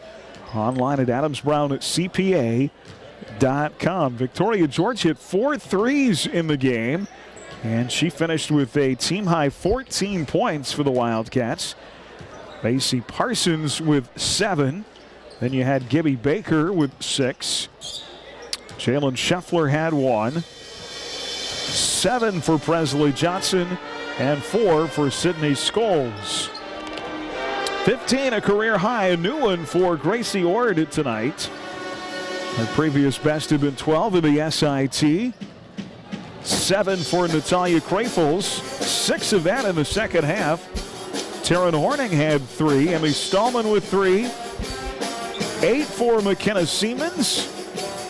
Charlie Baxter with 2, Abby Ucci had her 5, all in the second half, and Daisa Deviney with 2. And again, Buhler wins it 46-42. We'll get to our play and the player of the game coming up here momentarily. Lady Crusaders finish up with Winfield on Friday night at Jim Baker Fieldhouse. We'll honor our 2 seniors, Marin Lackey and Abby Ucci in the game. Crusader basketball tonight brought to you by Apple Lane Animal Hospital, by Erickson Custom Building, by Yoder Meats, by McKinsey Paint and Body, and by the Photo Cowboy. Play and player of the game coming up. And let's get some final thoughts here in the game from head coach Sarah Mitchell-Stetter. Well, Coach, that's a little more like we like them, huh? Yes, I like a win, and maybe not as close of a win, but you know, the girls showed up that fourth quarter. I told them if they want to win a ball game, it's all about the fourth quarter and who shows up. So that was a fun game. Well, Gracie Ord had a coming out party in the first quarter, or first half. Had 13 of her 15. She was a huge part of your offense there in the first half. Yes, she made some great decisions. She saw that the defense was overplaying, had some back doors. She attacked the rim, no one guarded her. She stepped up for us first half, thank goodness, because we needed it. Team win tonight. Some big Krafels finishes with 7, but I don't know how many big rebounds she had. Oh, yes. That girl can jump out of the gym. I got to get her out of the habit of dribbling, though. Whenever she gets offensive rebound, her mind is dribble, and I'm always like, just shoot it. Just shoot it. So hopefully we can get her to stop dribbling and just shoot it, because she could have a lot of points once we get that knocked down. Yeah, so good to kind of knock the rust of it. You've been through that stretch, Coach, last few games where I think taking better care of the ball, doing some of those things, but just not been able to get the ball in the basket. It's kind of been a struggle down the stretch, so maybe we got the lid off the thing tonight. I hope so, man. I took stats, and we only shot 10% against Augusta. You're not going to win ball games if you're only shooting 10%, but tonight I think we got a lot more balls to actually go in, so that helped us. We're shooting a lot, so hopefully on the off season they'll shoot a lot, so we stop shooting at 10%. All right, one more on Thursday night in the regular season, home against Winfield. How do you combat those two bigs? Try to neutralize that and get yourself an advantage in that matchup. You know, we have an advantage because they're bigs. We have a lot of guards, but we have to stop the bigs inside. And I have a game plan, but I don't want to say it just in case Winfield's listening. It's super top secret. Oh, yes, but we got to hit outside shots as well, because they like to set back in that 2-3 zone, and hitting outside shots will make them come out of it, hopefully, and then we can run our ball game. All right, sounds good, Coach. Well, congrats on the win, and we'll see you Thursday night for senior night. All right, thank you. That's Coach Sierra Mitchell-Stetter with us here after her Lady Crusaders win 46-42. We'll come back with our play and player of the game right after this on HKFM and the Crusaders Sports Network. More of the Shirt Shack postgame show coming up on HKFM. Stream tonight's game live on your smartphone or tablet with the Ad Astra Radio app and on your smart speaker with TuneIn, powered by Next Tech Wireless. Dr. Edgar is very good when a problem arises. We had that happen with our daughter. He went in to do some work and then found another issue and communicated with me and gave me the option, but yet told me what he would do if it were his daughter. He gives you options that work with your family's budget. Hi, this is Dr. Corey Edgar, inviting you and your family to call me at 663-9136. That's 663-9136. Or stop by my office on East 30th to make an appointment today at Edgar Family Dental. Where patients come first. At Adams Brown, we go above and beyond to help our clients. Hi, this is Brett Henry. We love to show how our team can help your business. Stop by our Hutch location at 30th and Plum or check out AdamsBrownCPA.com. Adams Brown, strategic allies and CPAs, above and beyond. We're here to keep you rolling. Rod's Tire and Service. This is Rod from Rod's Tire and Service in Hillsboro. Carrie, myself, and our entire staff want to let you know that we encourage customers to take advantage of our vehicle pickup and drop-off service to keep you rolling. We're here to keep you rolling. Rod's Tire and Service. HKFM. Back here in El Dorado, our coverage tonight from the Allen Samuels broadcast booth, or our Dix Phillips 66 Phillip of the game. Phillip on Top Tier Gasoline, snacks and more at Dix Phillips 66. Family owned at 4th and Stevens in Hutch. Every journey begins with a stop at Dix Phillips 66. Apologize with our technical difficulties tonight. We don't have any audio replays for you, but we can tell you about a Taryn Horning 3 with 5:30 to go in the game. El Dorado had tied the game at 31. It was a 3-point game, 36-33, before Taryn Horning knocked down a 3. 39-33, extended the lead to 6. That was T's only bucket in the game, Simo, but it was a big one to give Buhler a 6-point lead at that moment. Boy, was it a big one. You know, at a time where they were struggling, turning the ball over, if you're able to hit that big of a shot there toward the end of the game, that gives you a little more confidence. And you saw that's her only bucket of the game, and it's such a big one. You know, you only win by that margin, and I think that it's something that comes down to the little things, you know, being able to rotate the ball around to her. She knocks down the shot. They have a good offensive session, and that shows that when you limit the turnovers, you get some nice quality baskets. Our Phillip of the game, Taryn Horning tonight, our WIFCO Steel Products player of the game. From storage tanks to steel walkways, stairways, and platforms, WIFCO Steel Products, the expert in steel fabrication, online at WIFCOSP.com. And how could you not pick Gracie Ord on a night where she drops in 13 in the first half, a career high 15 in the game? Well, she went through a stretch there in the second quarter where she could not miss. She had, 4, 5, 6, 7, 8, 9 of her 15 in the second quarter. Wow, I didn't know it was 9, but when you have anybody, boys or girls, who scores 13 in the first half, you're impressed, and I think that it's a quality start for her. As we've watched the game slow down for her. You know, she started off the year. She's in our player profile a couple weeks ago, and she said it was fast, but she also said it was slowing down, and I think that's such a volatile role is when somebody comes in and says, hey, I want to be your point guard for these next 4 years that I'm here. She's working herself well toward that, so I think that she's doing a very good job, and she's somebody who they're going to need to rely on for these next couple of years and when UC and Lackey are gone. So I think when she gets more confident, we're going to need that on senior night as well. Absolutely. Gracie Ord, our WIFCO Steel Products player of the game. KUK State, the Sunflower Showdown second edition this year in Allen Fieldhouse tonight. The Jayhawks and the Wildcats will tip off at 8 o'clock. Crimson and Blue line is on now over on 94.7 KSKU. Other high school action in our Buhler Dental Care scoreboard tonight. Around the network, Bennington at Trinity Catholic, Heston at Haven, Elyria Christian at Berean Academy, Lions at Halstead. You can find live streaming coverage online at adastraradio.com or download the Ad Astra Radio app. Powered by Next Tech Wireless. We are Kansas. More coming up here from El Dorado right after this on HKFM and the Crusaders Sports Network. Come visit us at Buhler Dental Care. Our friendly and experienced staff is here to help give you the best care around, and we like to have some fun and get to know you while you spend time with us. From regular fillings, cleanings, dental implants, or even if we have to, extractions, we can provide the treatments you need. We are always accepting new patients, so be sure to call us at 620-543-2768 to schedule your next appointment or email online at drdalds@gmail.com. Buhler Dental Care, providing healthy smiles with a gentle touch.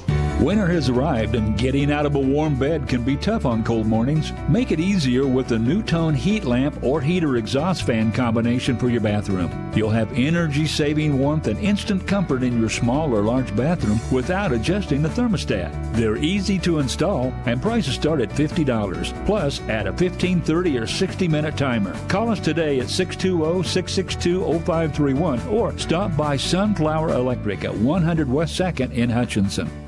Rise Up Reno Prevention Network wants to say thank you to our community for helping our kids live their best lives and stay drug-free. Kids who have support from family, school, and community are more likely to live healthy, drug-free lives.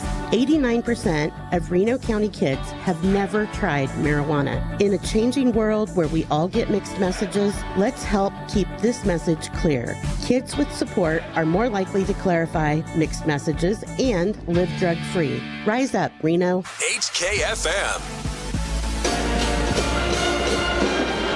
Well, hi, everybody. Welcome back here at Alumni Court in El Dorado. Crusader basketball tonight brought to you by Hutchinson Community College, by the Mid-Kansas Credit Union, by Dick's Phillips 66, by Newfelt's Flooring, and by De La Deutz. The fourth-ranked Buhler Crusaders at 15-3, 8-0 in the league on the guys' side, coming up after a 56-37 win over Augusta on Friday night in Jim Baker. They're 4-1 in their last 5, averaging 57 points a game.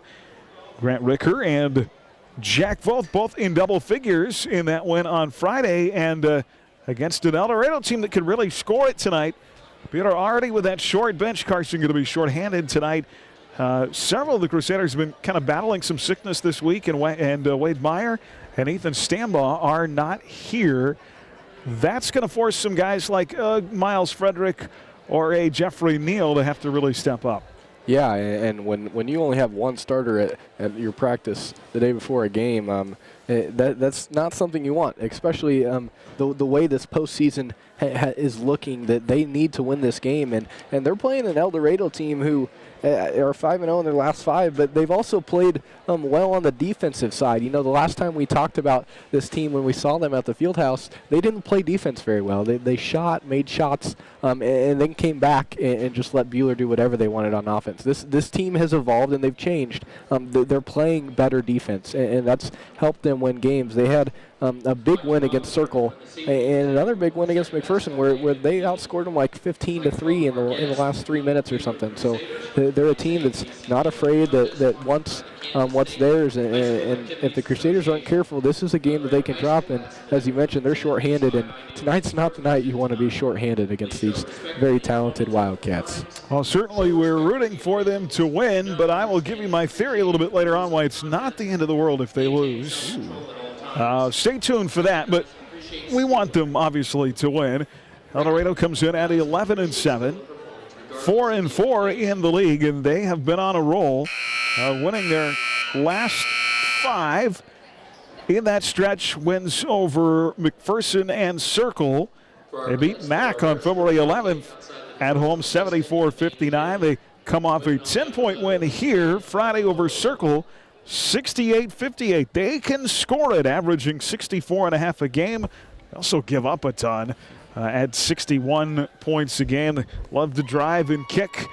Which team can stay out of foul trouble may come into play tonight as well. Buhler won the game, as Carson mentioned, back on January 11th at Jim Baker, 78-74. Buhler led that game by 20 with 5:48 to play in the fourth. El Dorado scored 29 points in less than 6 minutes, and Buhler hung on for a 4-point win. All right, Buhler and El Dorado, second time around. Crusaders league champs. They sealed that on Friday, 8-0 in the league. El Dorado at 4-4. Mac 3 games back of Buhler at 5-3. Augusta, El Dorado both 4-4. Circle 2-6. Winfield 0-8. We'll get you the starting lineups and the opening tip next here on HKFM, the Crusader Sports Network.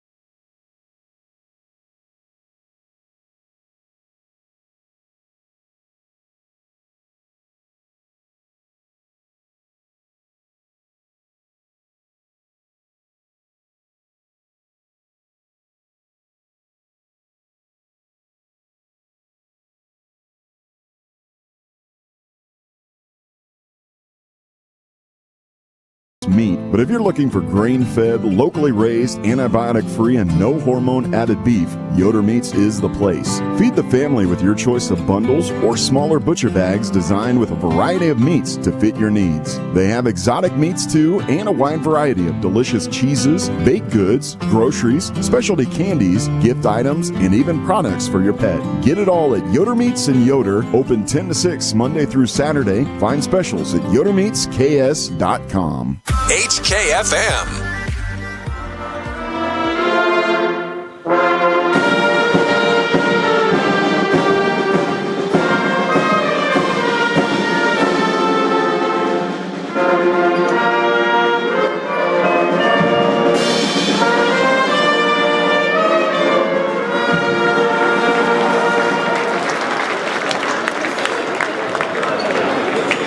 And there we have the national anthem tonight, performed by the El Dorado High School Pep Band. Let's take a look at our starting lineups, brought to you by Heartland Wealth Strategies, located inside Heartland Credit Union on North Main in Hutchinson. Call Monty Cross at 669-0177. For the 11-7 El Dorado Wildcats, 4-4 under second-year head coach Drew Culbertson in the league. A 6'2 senior, number 1, Jeremiah Kemboy. He had 20 points in the January meeting between these two. A 5'10 senior, number 3, Jaden Sundgren. A 6'2 junior, number 5, Barry Summers. 5'11 junior, number 22, LJ Bergstresser, had 24 points in the January meeting. And a 6'5 senior, number 34, Connor Clausen. Again, it is Kemboy, Sundgren, White, check that, Summers, Bergstresser, and Clausen. For the fourth-ranked Buhler Crusaders, 15-3 on the year, 8-0 in the league under 7th-year head coach Ryan Swanson. At one guard, a 6'2 junior, number 11, Grant Ricker, averaging 12.5 points per contest, shooting 44% from the field. Another guard, a 5'11 senior, number 14, Isaiah Hernandez, averaging 6 points and 4.5 assists. At forward, a 6'4 junior, number 2, Diedrich Willard-Trask. He had 6 big points in the win Friday, 4.5, 4 rebounds a game. At forward, a 6'1 junior, first start of the year for number 22, Matt Eddy, averaging 2.5 points, 3.5 rebounds off the bench. And a 6'5 junior, number 34, leads the league in scoring at 22 points a game to go along with 9 rebounds, Jack Voth. It is Willard Trask, Ricker, Hernandez, Eddy, and Voth tonight for the Crusaders. Road maroon uniforms with a black and white trim and the black numerals. It'll be the home whites.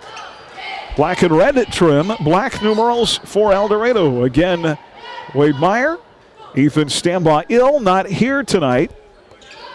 And that puts a lot of pressure on the other Buhler starters and, of course, that Buhler bench. Voth to tip against Clausing, and Buhler will control right to left. We're underway with Crusader basketball here on KWHK Hutchinson and the Crusader Sports Network. Here's Grant Ricker, far side on a drive. Willard Trask picked up by Clausing. Out front to Voth. Early, they have Sundgren on him. Make that Summers. Here is Ricker out high. Now to Zay. Pump fakes. Plays it to Eddy. Left baseline. Back out to Zay on the wing. El Dorado opens in a man-to-man. Far side Jackson. Voth strong inside. Misses with the left. Gets the rebound. Puts it back. No. Rebound El Dorado ripped away by Clausing.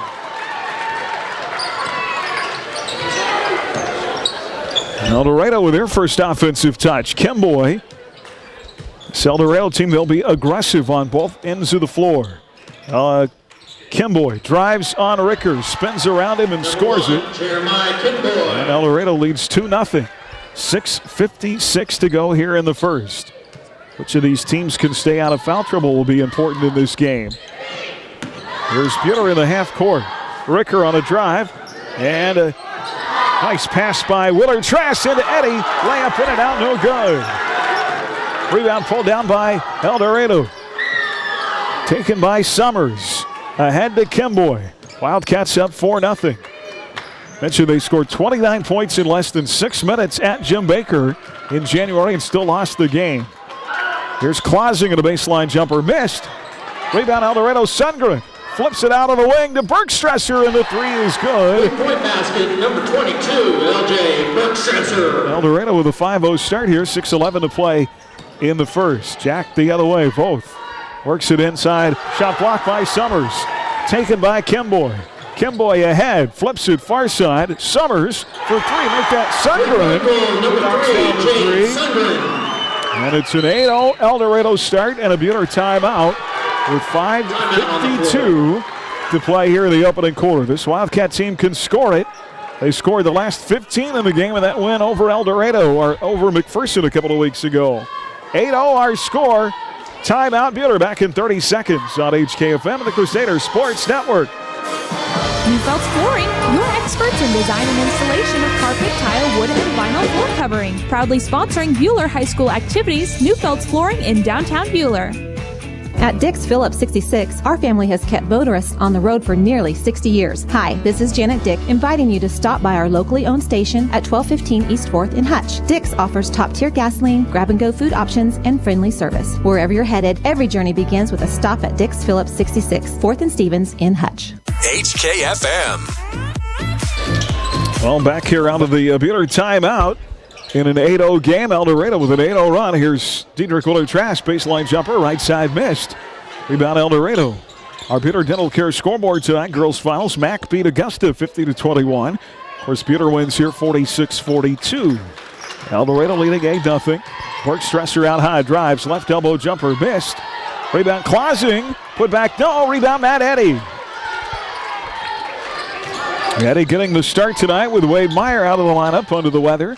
Hernandez in the lane, kicks it out on the wing to Ricker. Ricker now on a drive, slides it baseline. Willard Trask up top to Voth. Jack through traffic, underneath, pass too high for Matt Eddy, and turned over. Crusaders give it away. Elsewhere in the league tonight, Miles Cricker and Elliott Rose Hill, big guys matchup there of two top 6 teams in the 4A West. Circle at Winfield, McPherson at Augusta, another very key matchup. Mulvane at Clearwater, and Wellington at Collegiate. Wes Miller, 6'2 senior. Miles Frederick, 6'1 junior, have checked into the Buhler lineup now. And Bergstresser in the lane, caught for traveling. Tried to pull up and then pass it. And El Dorado with their first turnover. Well, that shows you how comfortable Coach Swanson is with with his bench as Miles Frederick comes right in and starts guarding Bergstresser. Defensive ability for these Crusaders is high. All right, Hernandez slips and falls in the offensive end with the floor with the ball stolen away by Barry Summers. Layup missed. Rebound, Matt Eddy. Eddy with another big board. Ahead to Hernandez. Ahead to Jackson. Voth inside. Missed, but a foul.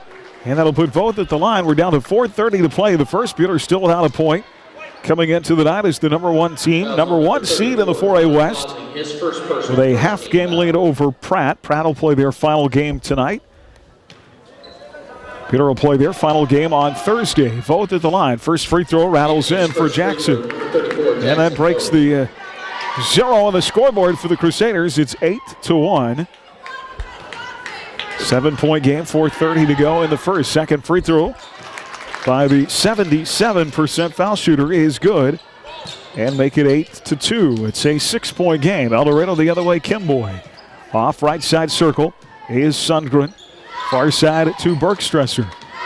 Bergstresser, another one of those drivers, being guarded by Hernandez off a screen. Gives up far side, Kimboy. Kimboy curls his way into the lane. Finds a brick wall of maroon. They work it down low to Clausing. Clausing out of the wing to Summers. 4:04 to go in the quarter. Here's Summers inside underneath Clausing. Reverse layup good. That'll make it 10-2, and it's an 8-point game. Pratt, the number 2 seed coming into the night. Jackson Voth, jumper free throw line missed. Rebound El Dorado underneath Jaden Sundgren. They'll play that ahead. Here comes Sundgren down that lane, off the window, missed the shot. Rebound Wes Miller. Handel, the number 3 seed, Abilene 4, Concordia 5, Rose Hill 6, El Dorado 7, Circle 8, and Clearwater 9. McPherson rounding out the top 10.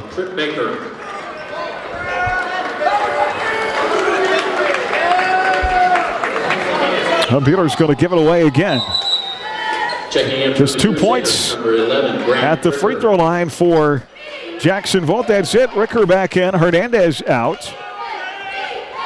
10-2. El Dorado with the ball and an 8-point lead. 3:30 to go in the first. Kimboy will bring it across the timeline, left to right. Near side circle to Sundgren. In the corner to Clausing. Now to Kimboy. No look pass far side. Sundgren for 3. Rattles in and out, no good. Summers rebound, put back, no. Rebound Buhler. Grabbed onto by Grant Ricker. And Ricker the other way. Right to left into front court. Grant's got it. His team down 8. Dribbling through traffic. Bounce pass down low. Voth over 2 defenders up and in. Trip Baker, 5'8 senior. Checked into the game, got switched off, a little mismatch on Voth, and Jack scores it down low. He's got all 4 Buhler points at 10-4. 6-point game again, 2:41 to go in the first. Here is Barry Summers. In the right corner to Jaden Sundgren. Underneath, Summers, tripped up, falls down, ball stolen away. Second El Dorado turnover. Buhler could get it to 2 possessions here. Ricker inside off the window, missed. Rebound Kimboy. Nearly knocked away by Eddy. Kimboy has it knocked away again. Gets it back. Kimboy driving and tied up and fouled. Well, my secret sauce, obviously a Buhler win is, I think, the best thing for everybody.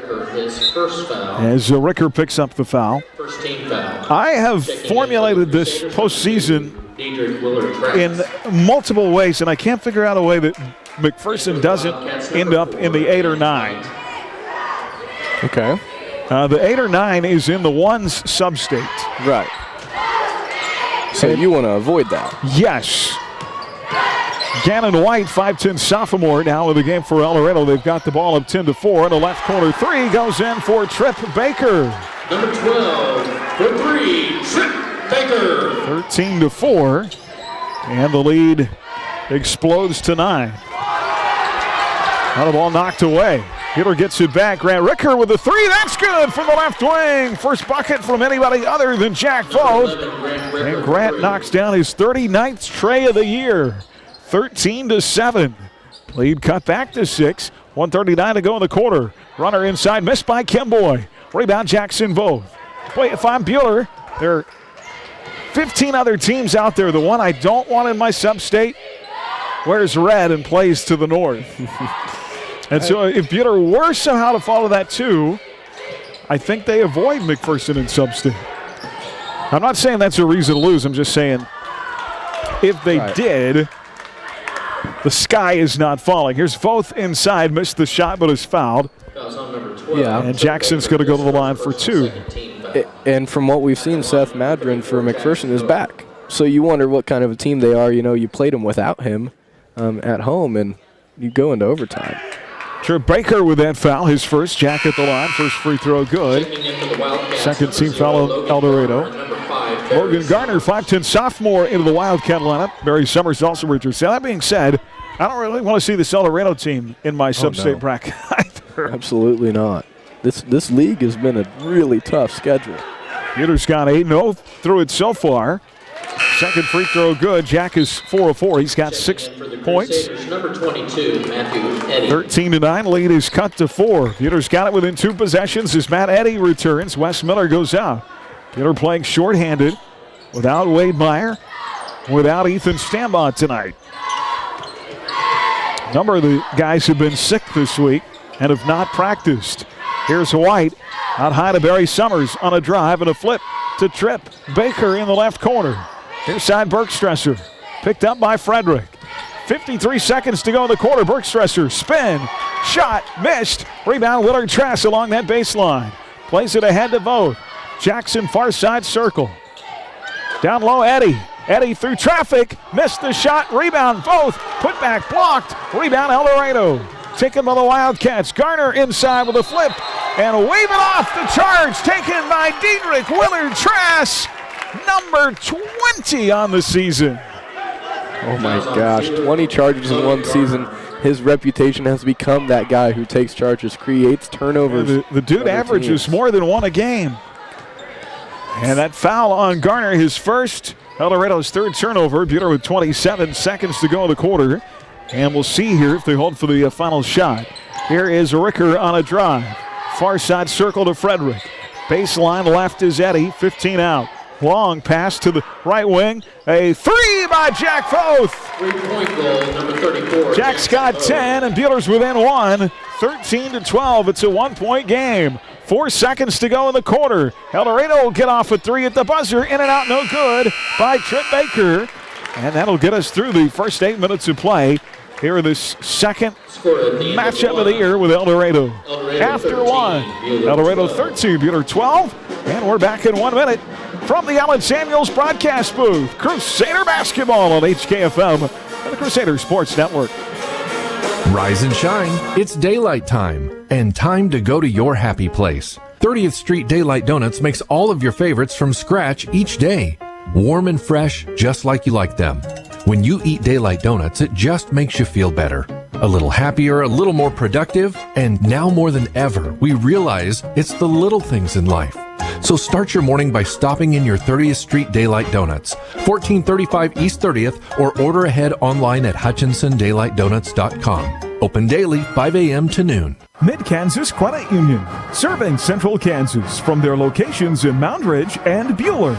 Take control of your accounts and sign up for online banking at mkcu.com with features like remote capture deposit and online bill pay.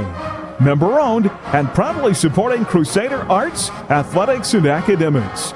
Mid-Kansas Credit Union at 200 West 2nd in Buhler and in Moundridge. Member NCUA. HKFM.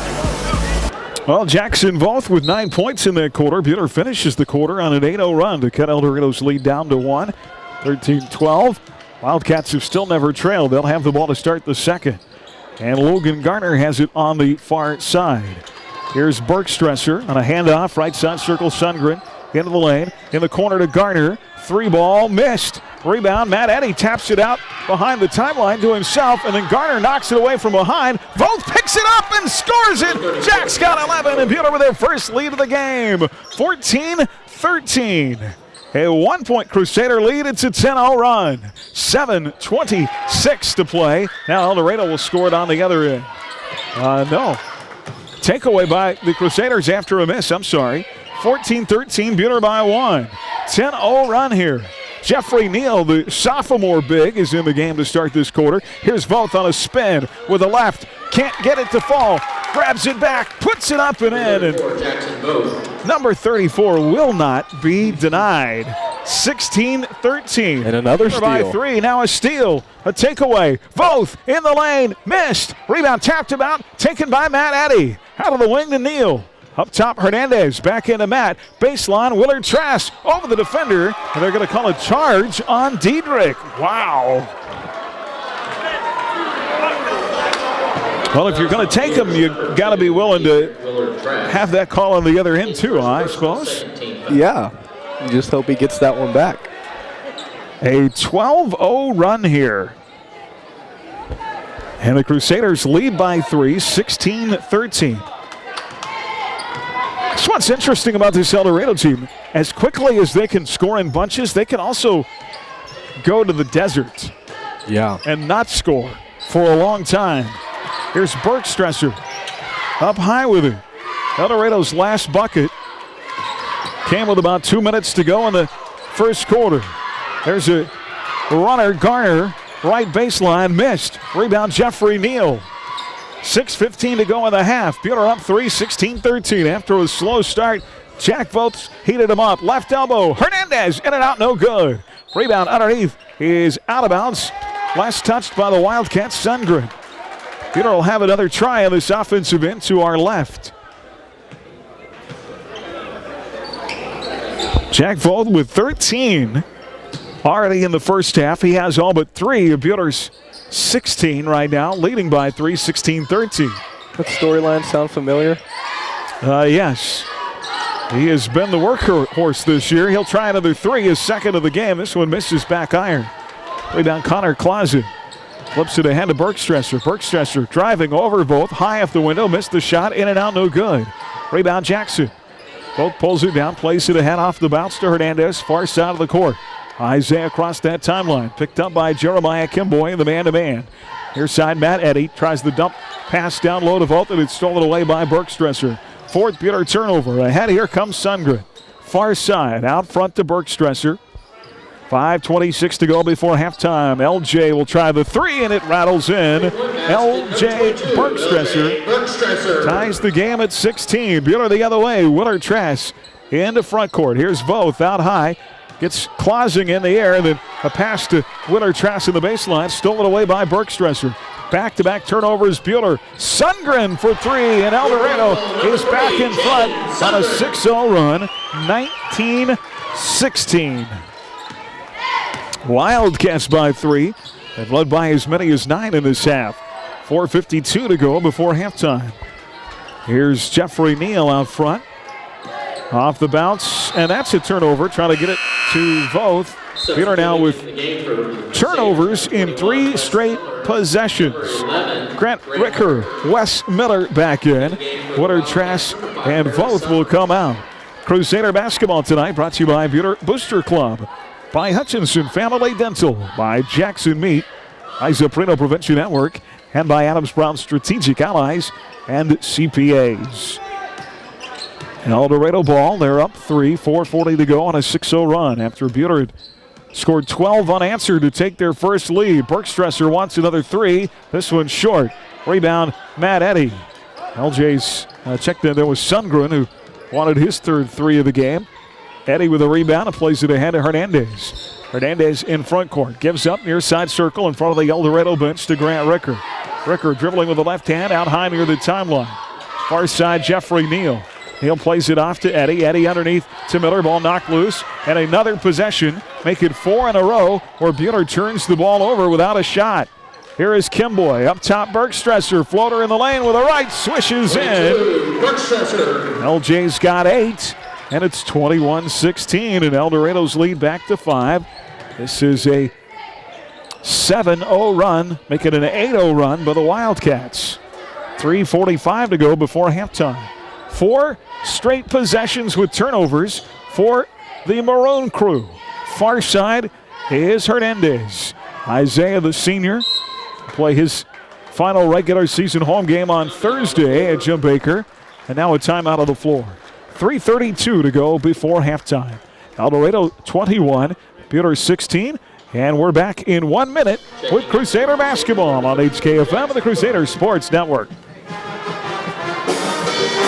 1989, Wifco Steel Products has grown to be the premier supplier of storage tank hardware in the U.S. and Canada, and they're still growing. Apply today at WIFCOSP.com. Wifco Steel Products, the experts in steel fabrication. Shop at Jackson Meat this Valentine's Day and win them over with our heart-shaped ribeyes and fresh bacon wrap fillets. Gift cards and custom-made gift boxes are great gifts for the meat lover in your life. Come shop fresh, friendly, and local at Jackson Meat in Hutchinson. When disaster strikes your home or business, shop local. Hi, this is Robin Swanson. My husband Ryan and I and our team at Phoenix Restoration are proud to be Reno County's only locally owned fire and water restoration company. When pipes break, fire strikes, or the unthinkable hits your home or business, call us. With over 10 years of experience, we know how to help you recover. Check us out at phoenixrestorationandroofing.com. Phoenix Restoration. We'll help you rise again after your disaster. HKFM. Well, coming into the game, El Dorado with wins over 2 ranked opponents this year in McPherson and Collegiate. Buhler is 6-1 on the season against top 10 teams. They have had a murderer's row schedule. 4th ranked in 4A. Number 1 seed in the 4A West coming into tonight. Here is Wes Miller down low out of the timeout on the wing to Jeffrey Neal. Neal. Rifle pass, right wing, Grant Ricker with a huge 3. El Dorado had been on an 8-0 run in this game. 21-19. That cuts the lead to 2. 3:09 to go. Now Kimboy inside, missed the shot, gets it back, missed it again. Now Summers inside with the left and score it for Barry Summers. It is 23-19, a 4-point game. As Grant down low to Jackson, and Voth will answer right back. Back Voth in double figures here in the first half. Has all but 6 of Buhler's points. 21-23, a 2-point game. Bergstresser far side circle. LJ on a drive. He'll pull up in the lane. 10-footer in and out, no good. Rebound Jack Voth. A double-double guy on the year. Close to double-double with 9 rebounds, 22 points a game. Ricker, another 3, rips the cords from the right wing. Grant's got 9, and Buhler back in front by 1, 24-23. What a shot by GR. Picked a spot, set his feet, and knocked it down. 2:12 to go before halftime. Here's Kimboy up top, guarded by Ricker on a spin. Well, you watch Kimboy miss the shot. Now Summers with a second rebound and a putback. And El Dorado back in front. 25-24. Kimboy always wants to spin over that right shoulder. They've got to cut off that backside rebound. Ricker another 3, this time short. Rebound El Dorado with a 1-point advantage. 98 seconds to go before halftime. And Kimboy runs into Jeff Neal, and it's a charge taken by Jeffrey. Great job by Jeffrey. He set up for a long time. I'm surprised Kimboy didn't see it.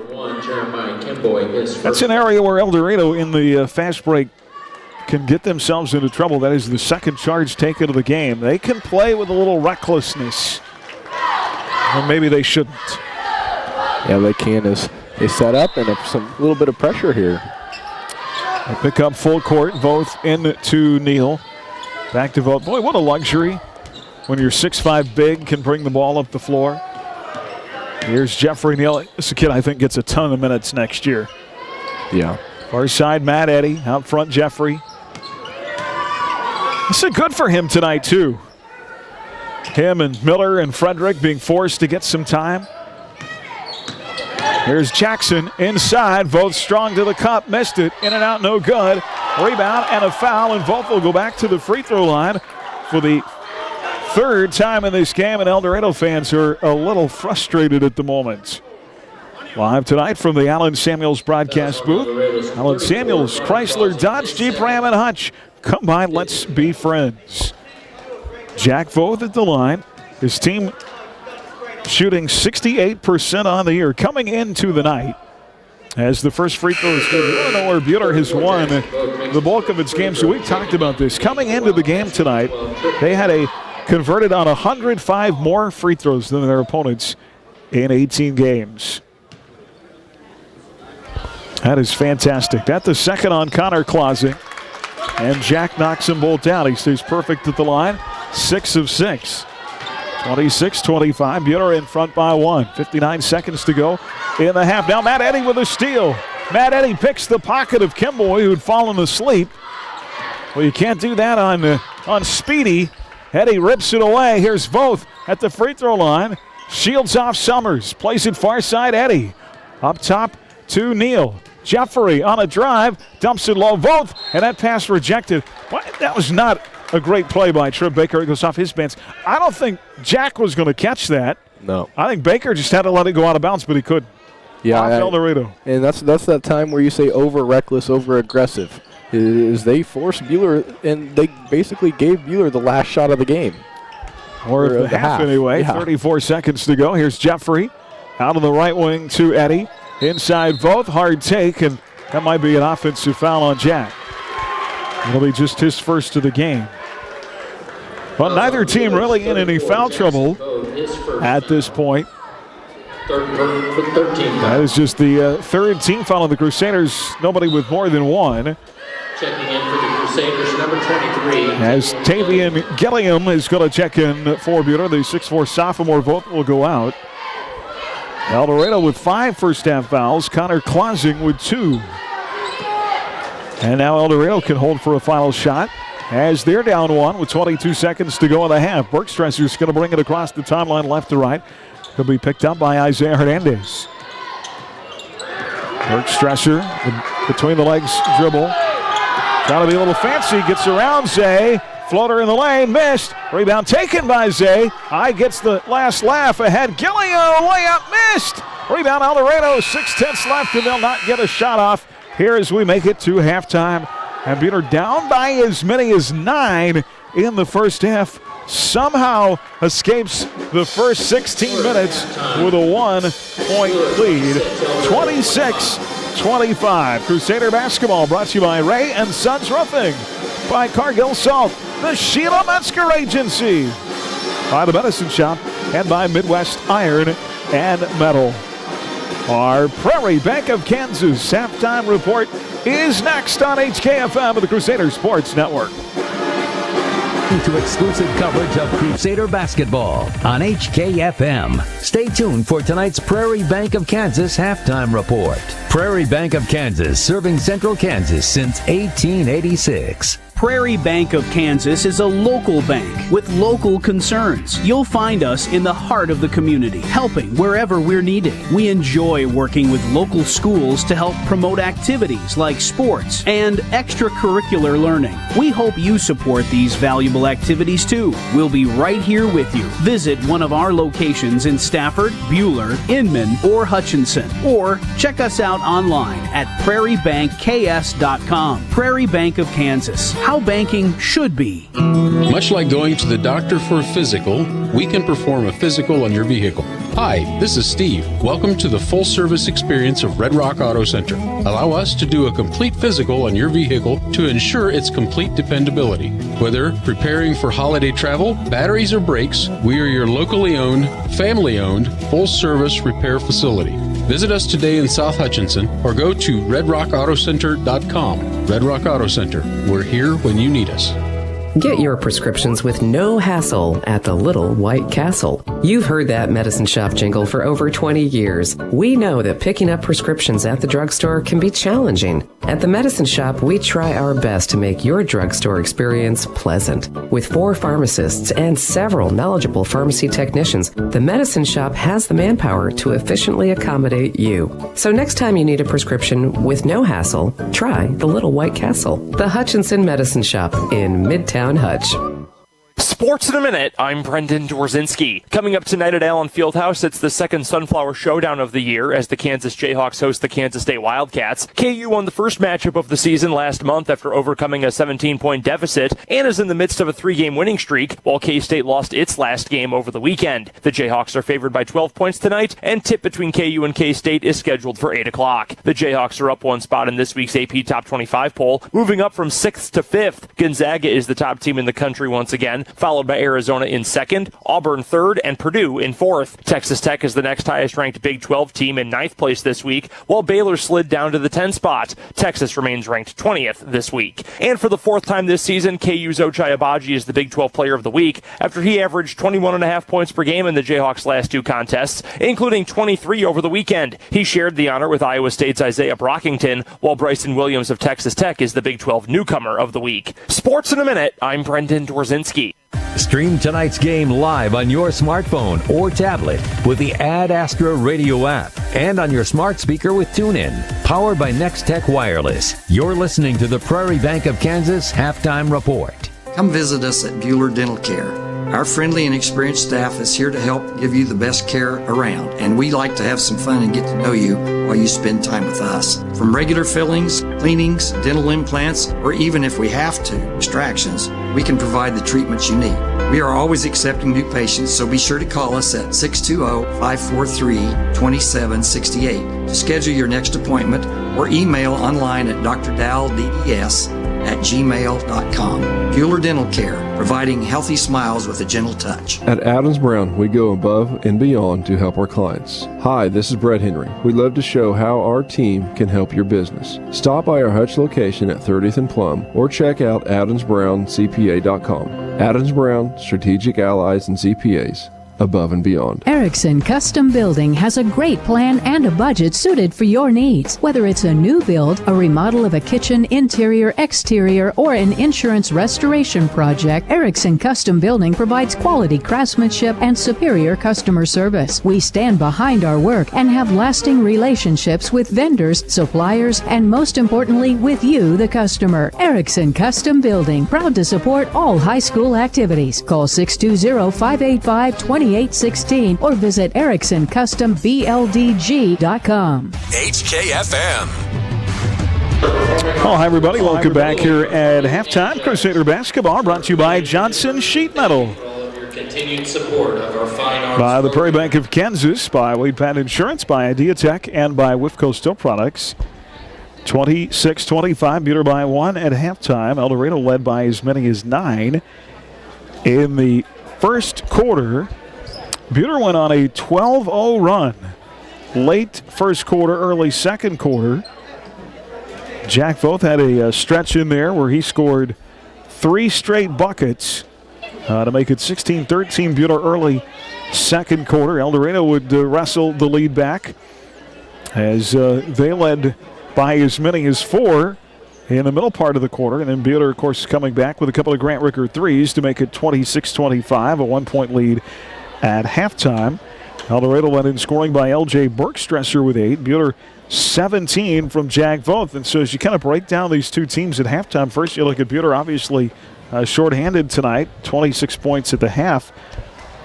That's only between 2 guys, Jack Voth 17 and Grant Ricker with 9. Yeah, and some of that is just sloppy turnovers and not getting shots. Not being able to get shots up, and when you do that, that's why El Dorado has 25 points, because you have sloppy turnovers. But I mean, shorthanded, you don't have Wade Meyer. This is the time where you want to see Isaiah Hernandez step up and be able to score. After Wade hit those threes, or Grant hit those threes, they're gonna be watching him a little closer now. And Zay's been under the weather this week. Yeah, so not 100%. And other guys are going to have to step up. Maybe it's Jeffrey Neal. We haven't seen him put a shot up yet. He's going to have to. Matthew Eddies has to be able to knock down some of those layups. But he still does an outstanding job on the board, and they're doing enough. All you need is one, and that's what they have. But you don't want to go to the end of the game with a 1-point lead. You want to get a little more cushion than that.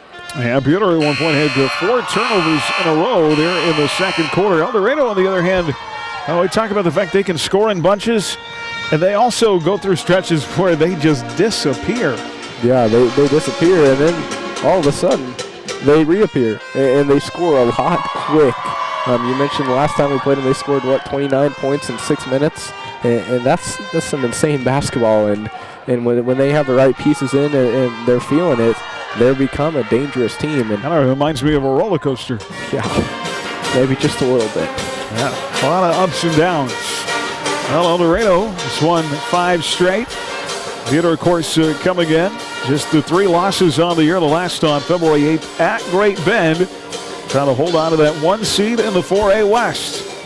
They are pretty much guaranteed a home game next Wednesday in the opening round of Sub-State. 26-25 here at the half. Live tonight from the Allen Samuels broadcast booth. Allen Samuels, Chrysler, Dodge, Jeep, Ram, and Hutch. Come by, let's be friends. Halftime score, McPherson and Augusta. In Augusta tonight, Mac leads at the half 24-10 in our Buhler Dental Care scoreboard. Mac will finish up on Thursday with Circle. Buhler will finish up with Winfield, and El Dorado and Augusta will be the other matchup in AVCTL 3. Second half here when we come back. Crusader basketball on HKFM and the Crusader Sports Network. This has been the Prairie Bank of Kansas halftime report.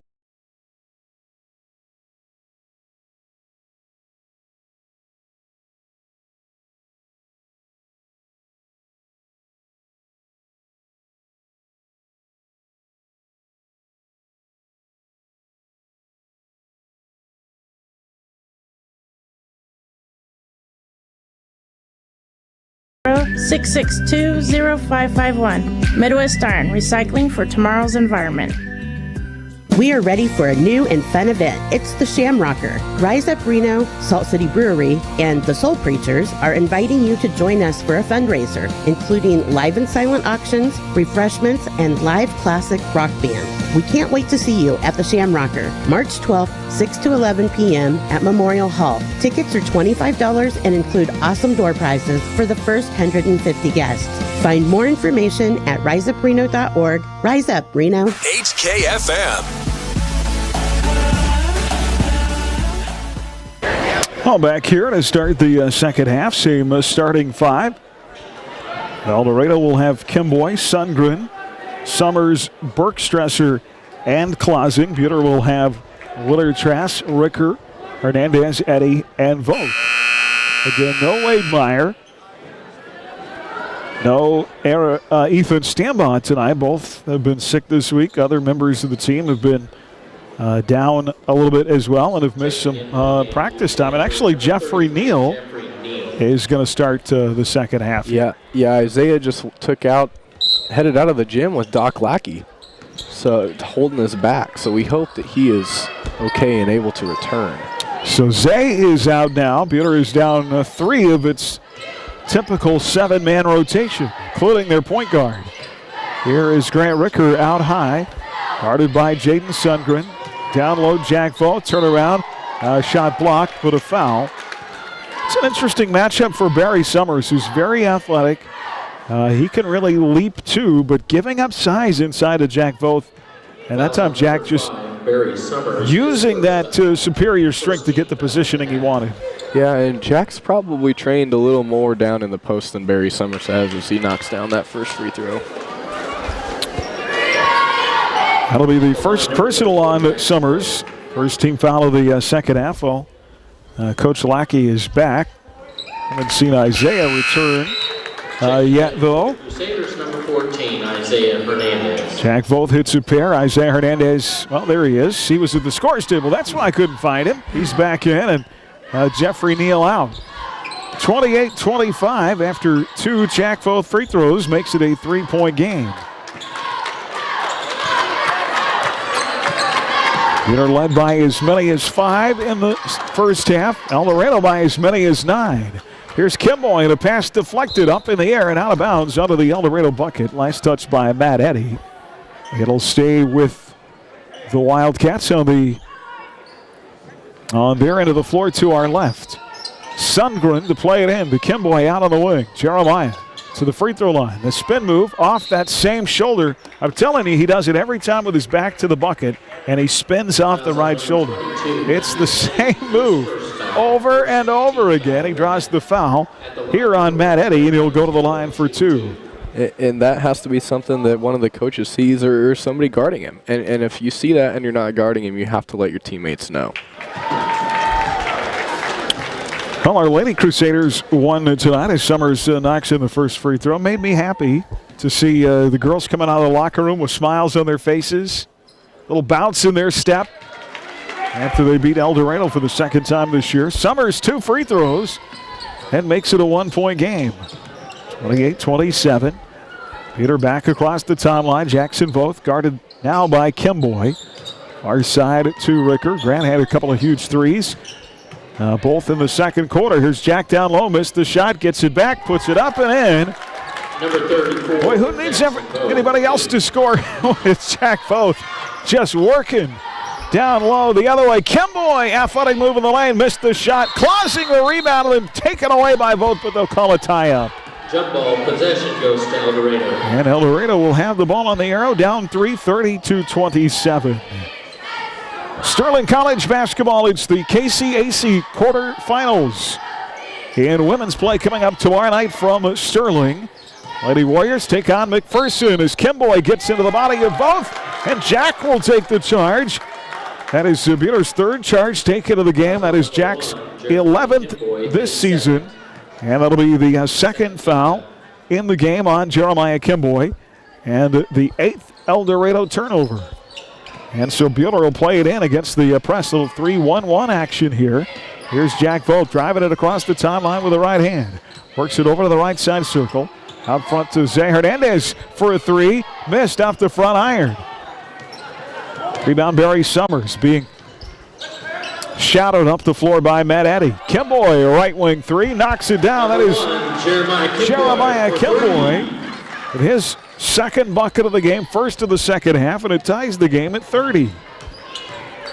6:07 to play in the third. Grant Ricker trying to work off a screen and a whistle and a foul call. Sterling College and McPherson from the Gleason tomorrow night at 7. Scott Hogan with our Alden State Bank drive through the game at 6:45. Wes Miller, Miles Frederick back in for Buhler. Diedrich Willer-Trask and Grant Ricker will go out. That foul the first on El Dorado's Jaden Sundgren. Their third here in the half. Jack Voth to play it in. He has all but 9 of Buhler's points, all but 9 of their 30s. So far he wants 3 more, and that 3 left wing rims long. Rebound El Dorado pulled down by Summers. Summers ahead off the bounce, picked off by Jack Voth. Back-to-back turnovers now by the Wildcats. They play it ahead to Zay across the timeline. Isaiah works it across that big El Dorado Wildcat at midcourt here. Far side, Frederick. In the corner to Eddy. Up top, Wes Miller. Now, Zay off a screen. Try to one-handed pass forced in the lane. That's picked off. Looking for Jack Voth. Buhler with their 8th turnover. Bergstresser off the window and score it. And El Dorado has the lead back. El Dorado up 32-30. Timeout on the floor. And a timeout on the floor. 5:20 to play in the third. El Dorado 30, Buhler 32, Buhler 30. And we're back in 30 seconds on HKFM, the Crusader Sports Network. If you need a piece of metal or an angle for a small project or a complete fabrication project done, call us at Johnson Sheet Metal or stop by 512 South Main in Hutchinson. We know metal. This is Sarah Johnson, and my family has been in business for 99 years. With a huge stock of different sheets, shapes of steel, stainless, galvanized, and aluminum, Johnson Sheet Metal has what you need. We cut to size, bend, roll, punch, or weld to your specifications and can make your ag replacement panels too. Johnson Sheet Metal. HKFM. Well, it got underway about 30 minutes ago at Allen Fieldhouse. KU leading K-State by 10 with 8:02 to go in the first half, 35-22. Ochai Abaji just made a layup to stretch the lead to 10. Abaji with 12 points for the Jayhawks. Marquise Noel has 8 to lead K-State. Ochai named the Big 12 Co-Offensive Player of the Week last week for the top 6th-ranked Jayhawks. Jack Voth to play it in. Buhler down by 2. 5:20 to go in the third. 32-30 El Dorado. Isaiah Hernandez at the point, the senior. Ahead to Voth. And Jack Voth gets tied up in the lane. They're going to call him for a charge. I don't see how Clausing had his feet set. That'll be Jackson's second. You know, El Dorado's really, every time they've gotten out in front of this game, it's come off of Buhler turnovers. Yeah. It has, and wide open three there. And it bounces in for Sundgren. For three. And El Dorado scores off another Buhler turnover, and they lead it by 5, 35-30. 4:56 here to go in the third stanza tonight in El Dorado. We wrap up the regular season on Thursday at home against the Winfield Vikings. Jack Voth pump fakes on a three, drives to the foul line. Up top to Hernandez off a screen. Right side, Miles Frederick wants a three. Bingo! Miles Frederick. He hasn't hit but 1 3 this year. Actually, he was 0 for 2 before that. Now Kimboy the other way. Count the bucket in the lane and one. Basket's good. Play Frederick 0 of 2 from beyond the arc before that three. 22. Matthew Made it 35-33 and a 2-point game. checking in for the Crusaders, number 11, Grant Ricker. 4:27 left. Kimboy in the lane, scores it. And a chance for an and one, then foul the second on Matthew Eddy.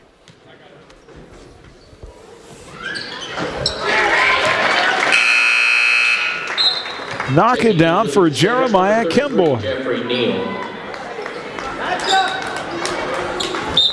38-33. It ends up as a 3-point play for Kimboy.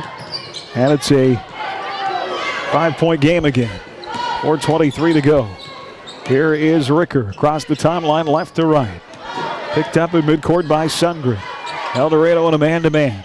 Halfway through the third quarter, Eddy has it far side. He's played a lot of minutes tonight. Ricker off a screen. Floats it far corner to Jeff Neal. Now to Voth. Voth working on Kimboy in the lane, trying to fight him off up top to Neal. Jeffrey drives, lost the ball, gets it back, flips it far side to Frederick. Miles off the bounce. Now to Voth, right side. And Jack gets caught at the free throw line again. Little reset out high to Neal. Now to Voth. Jack driving in traffic in the lane. Forces up a shot. Missed. But they're going to call a foul on Trip Baker. They're going to call a block down low on Baker. No, a hold. Okay. There was no signal of blocking. All it was said was 2 shots. So well, they're going to call it a hold. They're second on Baker. It's Jack at the line. First free throw is good. Making his first free throw. Jackson had 17 in the first half. He now has 23. His career best 35 came against Winfield back on January 26th. That was a game where they needed all 35 of those, didn't they? Yes, they did. Jack 10 points now at the free throw line in this game. Number 2, Diedrich Willard-Trask. 38-35, El Dorado by 3. Diedrich Willard-Trask returns, and Matthew Eddy will go out. Aaron West, Carson Moeller with you. Courtside, Alumni Court, El Dorado High School tonight. Our final road trip of the regular season. For the boys, they hope it's their last until state. Here's Bergstresser in the lane. Missed on the floater. Rebound Jack Voth. Of course, they're going to have to get through a tough sub-state next week. I don't think any of the 4 sub-states will be easy in the West. Here is Ricker out of the wing to Frederick. In the corner to Voth. Buhler with just those 3 losses this year. Inside Jackson, can't score it. Fights for the rebound, comes away with it. Overclausing and one. Jack Voth with a big boy play to draw the contact. Able to finish, and he'll go to the line. Yeah, big boy play is right. He was almost punched by Bergstresser. Bergstresser reaching around, trying to poke that ball loose. It frustrated him, and then you see him just go attack, attack, attack, and finally, ball finds the bottom of the net. That'll be the third on Connor Clausing. Clausing is the cousin of Washburn Jr. Johnny Clausing, who played his high school basketball at Augusta. Solid wideout for the Washburn football team. He teammates, of course, with Buhler great Jace Williams. Free throw in and out, no good. Jack's first miss of the night. He made 10 in a row before that. 38-37. So it's a 1-point game. 3:01 to go, and Summers gets to the cup and scores it with a left hand on the other end. El Dorado answers right back, 40-37. It's a 3-point game. Here's Jeffrey Neal in front court. And Isaiah wants a 3 in the right corner, missed. Rebound Summers. Zay has missed a couple of those tonight. Now Bergstresser for three on the other end. In and out, no good. Hernandez pulls down the rebound. Here comes Zay, trying to pass it up the floor to Voth. It'll be picked off by Gannon White of El Dorado. El Dorado's made them pay on turnovers tonight. Here is Kimboy in the lane, and a hard charge taken by Diedrich Willard Trask. They're going to call the foul a block on Willard Trask. That'll be Diedrich's first. It'll put Kimboy at the line where he's 1 of 1. El Dorado by 3, trying to get it back to a 2-possession game here. It's been a long third quarter. Still 2:21 to play. First free throw, in and out, no good. Wes Miller, Matt Eddy, Grant Ricker back for Buhler. Both Frederick and Willard Trask, who took that hard foul, will go out. And number 21. Crusader basketball tonight brought to you by Midway Motors, by Fee Insurance, APAC Shears, by H&R Block, and by Hutchrek. Second free throw by Kimboy is good. El Dorado's going to lose a ton after this year. Kimboy, Sundgren, Clausing, all seniors. Those are some big shoes to fill.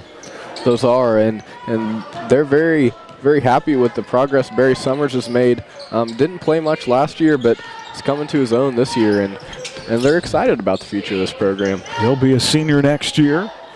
On with L.J. Bergstresser. Shot in the lane, missed by Buhler. Grant Ricker, rebound, stick back, good. Great job by Grant to sneak in underneath all those bigs, collect it, and put it back up and in. Number 11 for the Crusaders. 41-39, lead back to 2. Now 1:51 to go on a steal. Taken away. Here comes Grant. Over Baker, scoring back-to-back buckets for the junior guard for Buhler, and we're tied at 41. And a foul coming the other way. Or is that a sideline warning on El Dorado? That is. And the official's not too happy, saying he doesn't want to hear another word. KU now up 15 over K-State, 45-30, 4:29 to go first half in Allen Fieldhouse. 41 all here. It has been a punch back and forth type of game.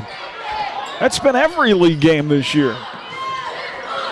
Buhler playing without part of its arsenal, and Ethan Stambaugh and Wade Meyer. Here's Kimboy over Eddy. Missed it in the lane, but a late whistle. Our Buhler swimmers competed at state this past weekend. Ben Hellis finishes his fantastic diving year 9th. Freshman Peyton Freeze was 16th. And in the pool, in the 100 fly, Spencer Hines ends up 14th. First free throw by Kimboy is up and good. Miles Frederick. That foul, the third on Matt Eddy. He'll be the first Crusader to 3 fouls. Wes Miller out. Miles Frederick back in for Buhler. Kimboy hits 2 at the line. Kimboy's now 4 of 5. And El Dorado with a 2-point lead again, 43-41. 1:19 to go in the third. Frederick far side, near side Ricker. Grant forces his way into the lane.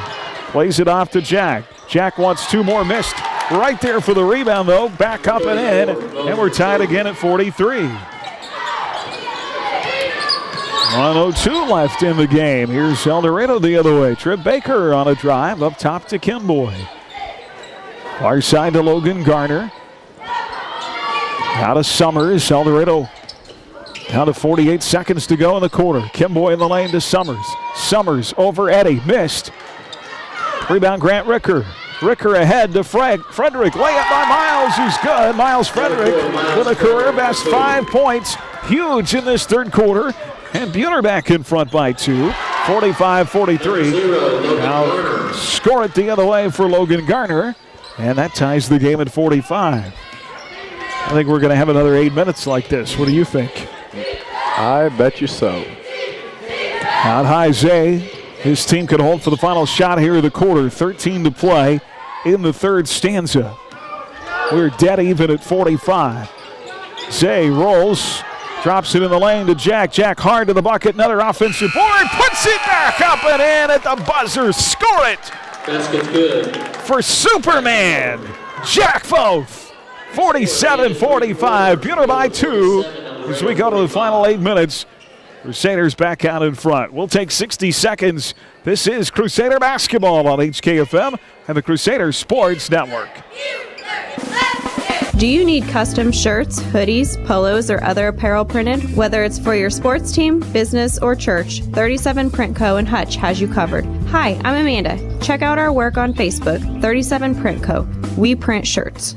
As your American Family Insurance agent in Hutchinson, I'm looking out for what matters to you, even when nothing's wrong. This is Sheila Metzger, agent at the Sheila Metzger Agency. Call me at 665-0400 and let's talk about your insurance needs today. American Family Insurance. Hutch Rec is your community recreation provider. We're passionate in bringing healthy living opportunities through our youth and adult sports, wellness and fitness classes, and several of our community events and races.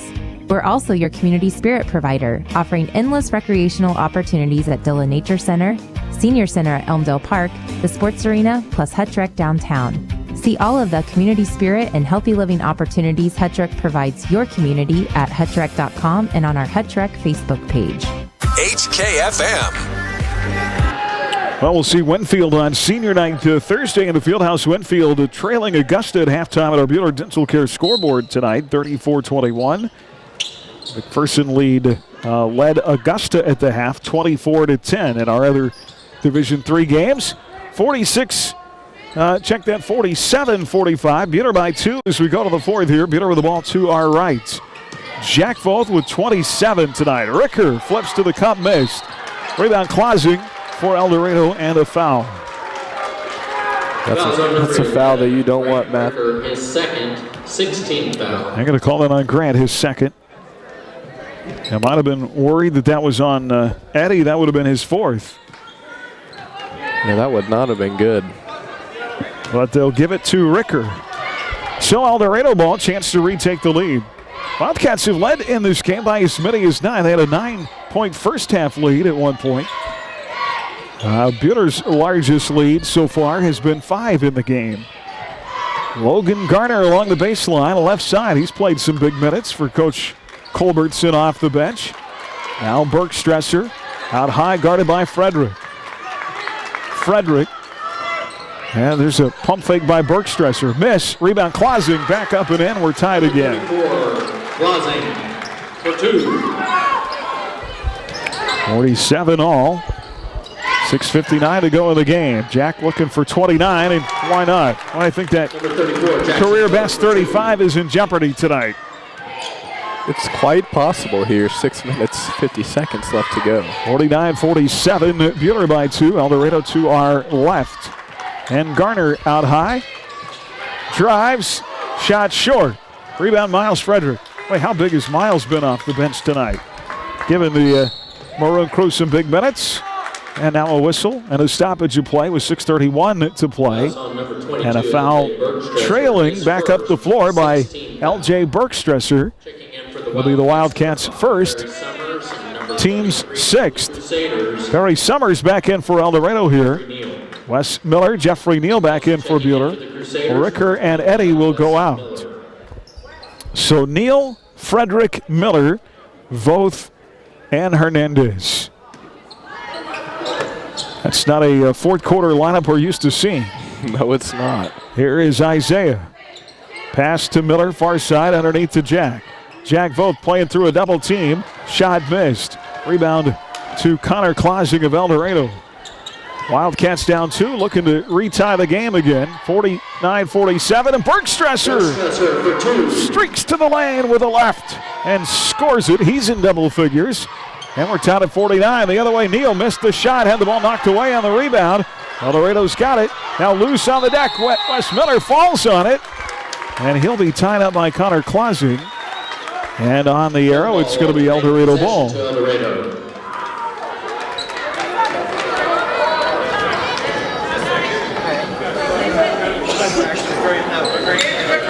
Coverage on HKFM. Also download our Ad Astra Radio app. Free for both iPhone and Android users. And on YouTube via the Crusader Sports Network. You can get that snazzy video with the audio for you new school cats. 49-49. We had technical difficulties during the girls' game. You heard the golden tones of Carson Moeller calling play-by-play. Bergstresser back in the lane, scoring again. And El Dorado back in front, 51-49. 4-0 Wildcat run here. They have the lead back with 5:43 to go. Here's Jack back inside, stripped and turned over. Gannon White, the quarterback with a rip away ahead to Summers, missed the shot but a foul. Gannon White, to quarterback of the El Dorado High football team. And Barry Summers now will go to the line, trying to extend this 4-0 El Dorado run. Jeffrey Neal, his first. That foul on Jeffrey Neal, his first. His team's 7th here in the fourth quarter. Summers with 8 points in the game. First free throw, good. First free throw, number 5, Barry Summers. Of course, Buhler will not play El Dorado in league play next year. El Dorado sliding down to Division 4, and Mulvane is coming up. And a timeout, 5:35 to go in the game. On the floor, timeout charge to Buhler. El Dorado leading here by 3, 52-49 timeout. Crusaders will step aside. We're back in 1 minute. Crusader basketball on HKFM and the Crusader Sports Network. Hi, this is Cliff Ray with Ray & Sons Roofing Company, and today I brought our 4-year-old grandson, Brogan. Brogan, did you know Ray & Sons Roofing is 80 years old this year? Do you know what that means? No, Papa. It means we have a lot of experience. Brogan, did you know we have been the best of the best every year? You know what that means? What, Papa? People trust us, and that's a very good thing. For a free inspection or estimate, go to rayandsons.com. Roof the right way, the right way. If you have not considered Wade Patton Insurance for your homeowner's insurance, you should call on us. Hello, this is Brad Patton here to remind you that we have the independent advantage to find coverage for your home. Buying insurance doesn't have to be an expensive burden, and we will shop our carriers for you and simplify the placement of coverage. We will tailor a policy to your individual needs, take the time to educate you on your coverage, and be sure you're protecting your biggest investment. Stop in our office on the corner of 6th and Main or find us on the web at WadePattonInsurance.com. HKFM. All these El Dorado Wildcats trying to get a huge win here tonight on their home floor. This is a team that's never won a state championship in high school basketball, girls or boys. And Barry Summers knocks down 2 at the free throw line. 53-49, their lead is 4. It's a 6-0 run. Kimboy back for El Dorado. Buhler, of course, on the boys' side, has 7 state championships, but it has been a long drought. 1967 was their last. They'd love to get to their 27th state tournament all time, though. Last time they were there, 2020. Here is Grant Ricker out high. They set a screen for him. Far side. He'll drive with the right. And that is a miss, but a foul. That'll put Grant at the line to shoot 2. Great drive by Grant. They're able to make sure he got a shot off. Got into the body just enough to get the foul called. On Sundgren, his second. Team's 3rd. Grant's first free throw tries tonight. First Buhler Crusader other than Jack Foth to try a free throw in this game. And the first is up and good. Grant on the year at 62%. That ends an El Dorado 6-0 run in this game. Buhler's had some success in getting to the free throw line this year. They came in with 105 more makes than their opponents. Ricker made 1 of 2. El Dorado with a rebound. And then Ricker, his 3rd personal, 18 foul. Going for that loose ball rebound, commits a foul. That's going to put Kimboy at the line. 53-50 here. El Dorado by 3 with 5:11 to go. Kimboy back at the line where he is 4 of 5. Free throw on the way is good.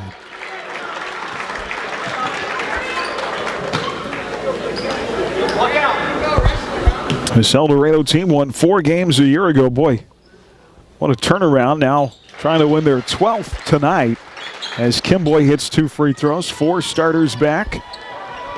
55-50. It's a 5-point game. Here's Jack Foth. Jeffrey Neal wants a 3. Jeffrey Neal makes a 3. Just his 2nd trifecta of the year. and it's a 2-point game. 55-53. 4:51 left. Boy, that three and the one by Frederick are huge. The other way, three left corner missed by Jaden Sundgren. And the ball out of bounds. It's going to be off Buhler. Last touchdown low, I think, by Matt Eddy. Crusader basketball brought to you by Sunflower Electric Supply, by Red Rock Auto Center, Edgar Family Dental, by Phoenix Restoration, and by Schmidt Electric. Out high, Barry Summers with it. Far side circle to Jeremiah Kimboy. Now they play it to Sundgren. Back to Kimboy, back to Summers. Ball knocked away. Bergstresser saves it in front of the El Dorado bench.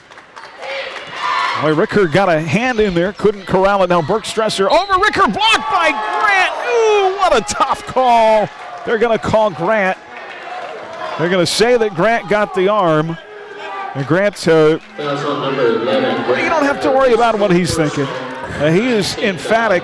You know, the one thing that I do appreciate about Grant is that when he shows that emotion, he walks away. He gets away from the officials as to not potentially maybe, you know, an official, sometimes that emotion, they can take it the wrong way. Yeah, and you have to love the emotion from him, you know, but also the poise he has to know, hey, I'm emotional right now. I just need to distance myself. That's Grant's fourth, by the way, as Bergstresser hits two free throws. 57-53, lead to 5. Zay Hernandez in. Grant will go out.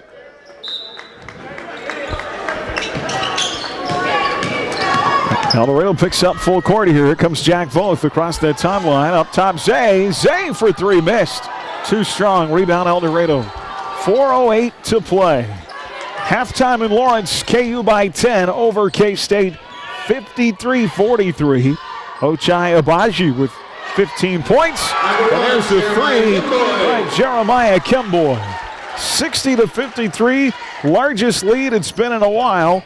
It's 8 points, one shy of El Dorado's largest in the game. Jackson the other way, both missed. Rebound, Wes Miller. Miller down low against Klozing. And he threw it away. Picked off by El Dorado.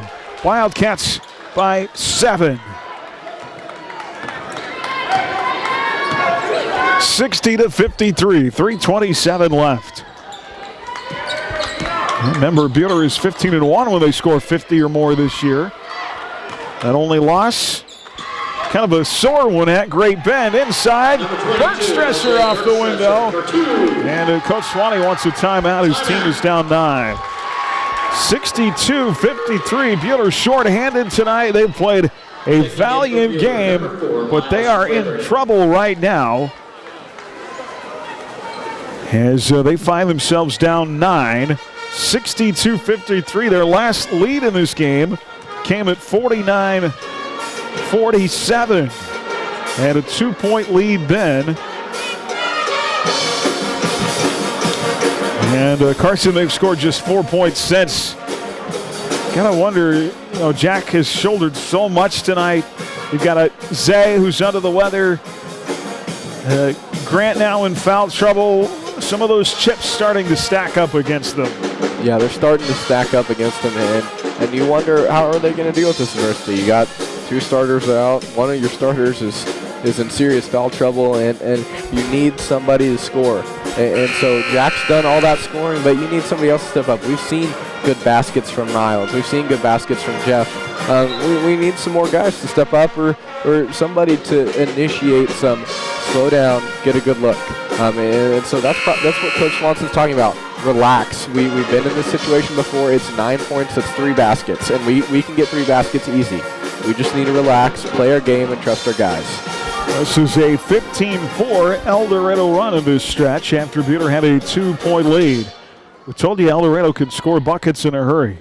Well, it's been Bergstresser here as of late. He's got 6 of that 15. Voth, Hernandez, Neal, Frederick, and Eddy, the 5 on the floor for Buhler. So Ricker's still out with those 4 fouls.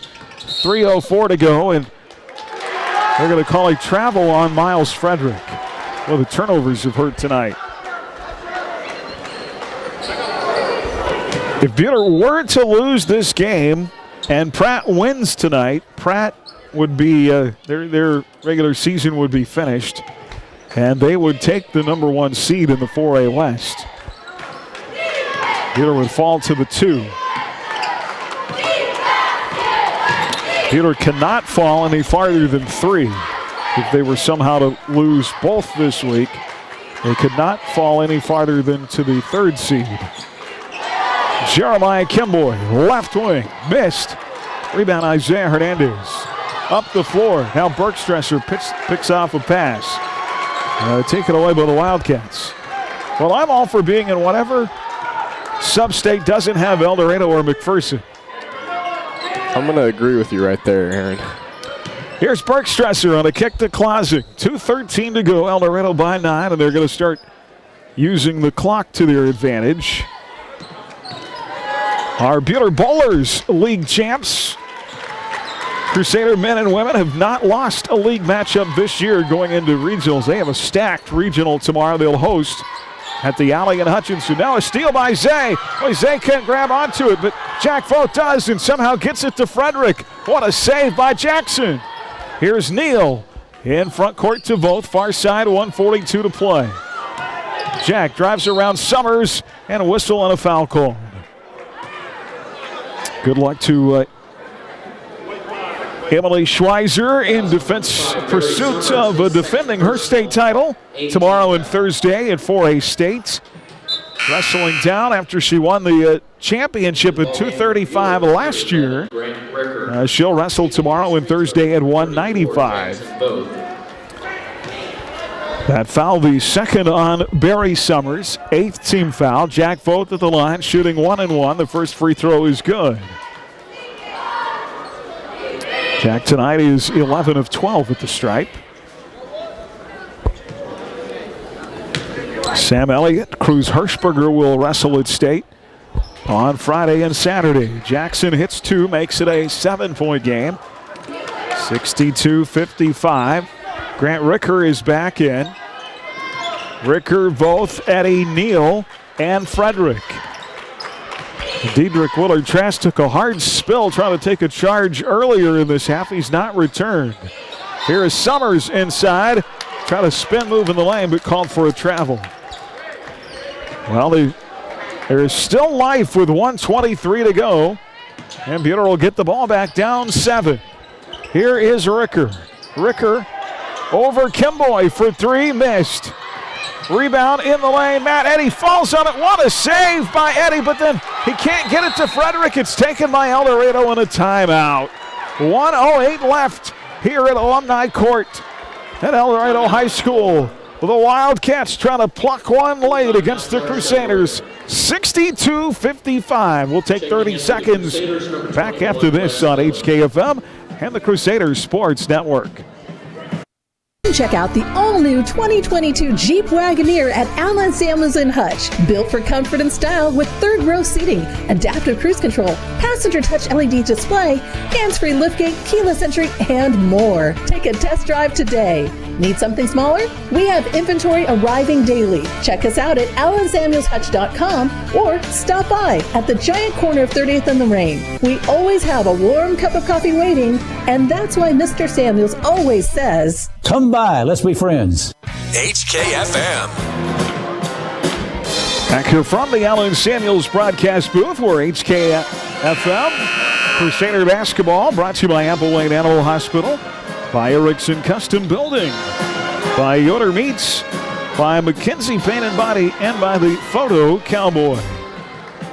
62-55. El Dorado by 7 with 1:08 to go.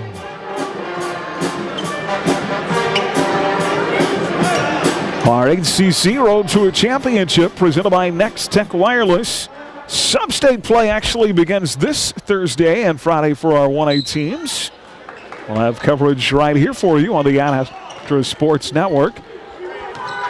To view our schedule, find streaming audio, click on sports at astraradio.com. A lot of good 1A teams in our area. Pretty Prairie, Central Christian, Little River on the girls' side. All are near the 1 or 2 seeds lines. There's a drive by Burke Stresser off the Clausing up top to Kimboy. El Dorado, they beat McPherson earlier in the second half of the season, trying to be giant killers for a second time. And boy, that would send them off with some swagger. They'll finish up at home with Augusta. On Thursday, they lost at Augusta on January 28, 52-47, and El Dorado's going to win it. El Dorado having probably, well, I want to say their best season ever, but their best season in a very long time, probably since before these guys were born. Yeah, without a doubt. It's been impressive what Coach Culberson has been able to do in these 2 years he's had them, and it's shown. These guys play with a lot of passion and a lot of energy, and they've gotten better. As they're a better team than they were when we played them earlier this year.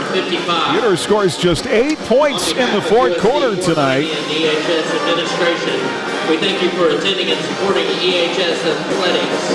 As you leave tonight, please help our maintenance crew pick up any 17 in the fourth quarter for El Dorado, and the Wildcats win it by 7. 62-58. El Dorado is now 12-7 on the year, 5-4 in the league.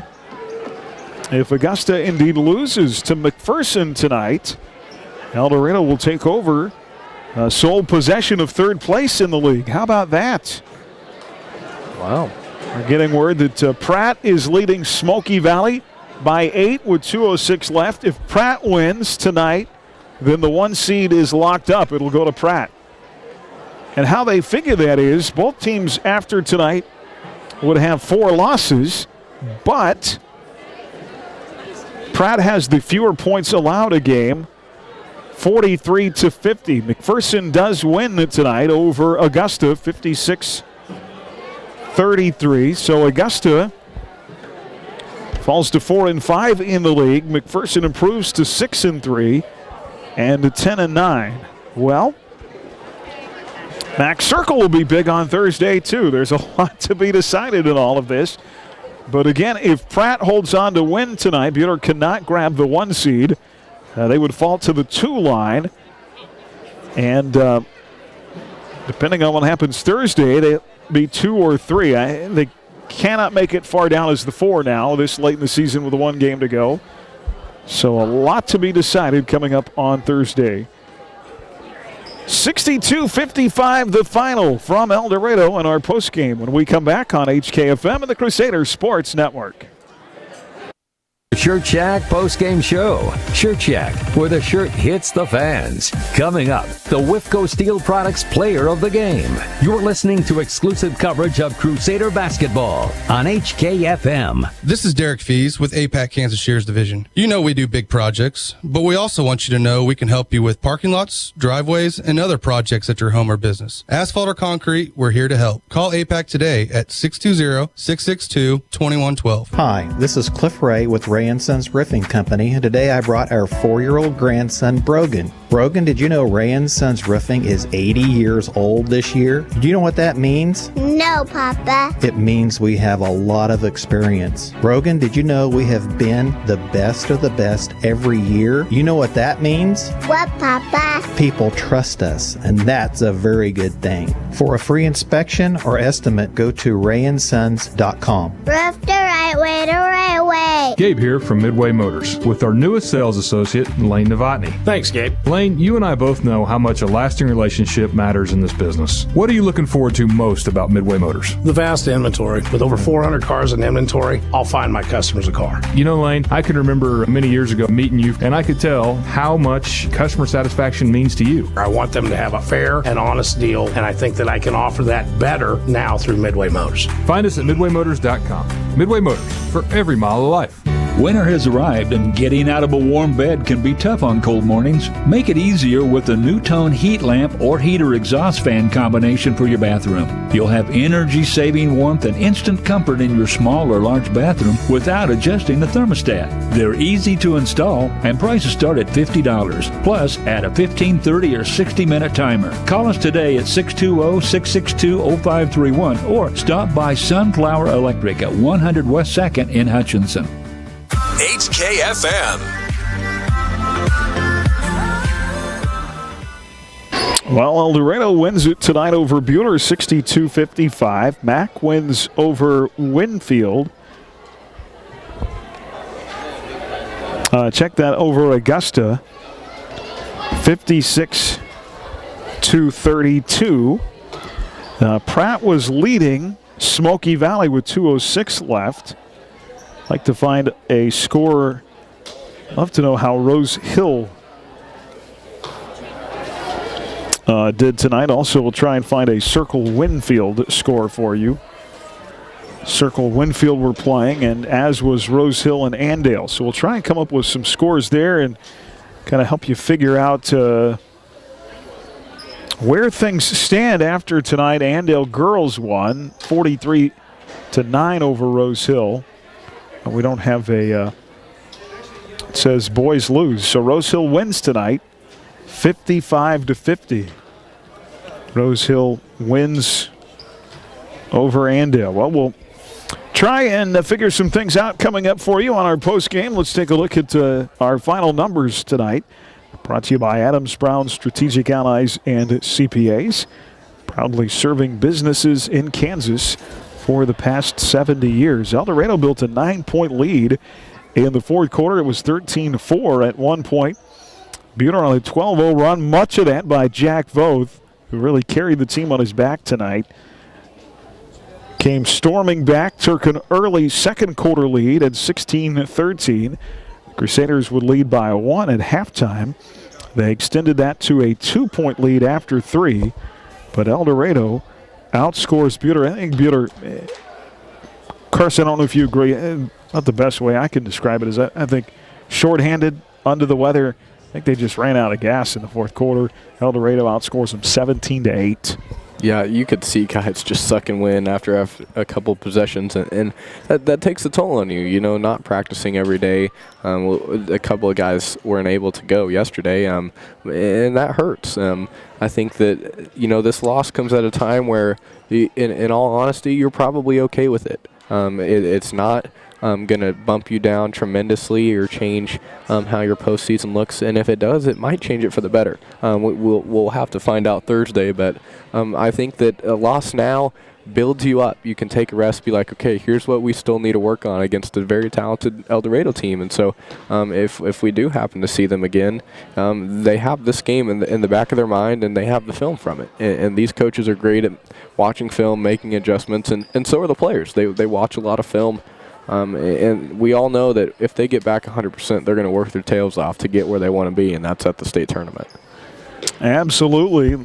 A lot of free throws shot in the second half of this game. El Dorado finishes up 12 of 13, Buhler 13 of 15.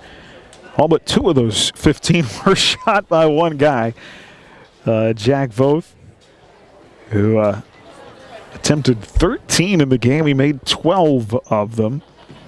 El Dorado gets the better of Buhler from the three-point line tonight, 24-18. Certainly Buhler hurt by the fact they don't have Wade Meyer in this game.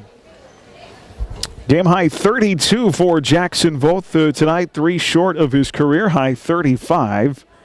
Jeffrey Neal with 3. Grant Ricker was in double figures with 14. And Miles Frederick finishes with 5. For El Dorado, they're led in scoring by L.J. Bergstresser with 18.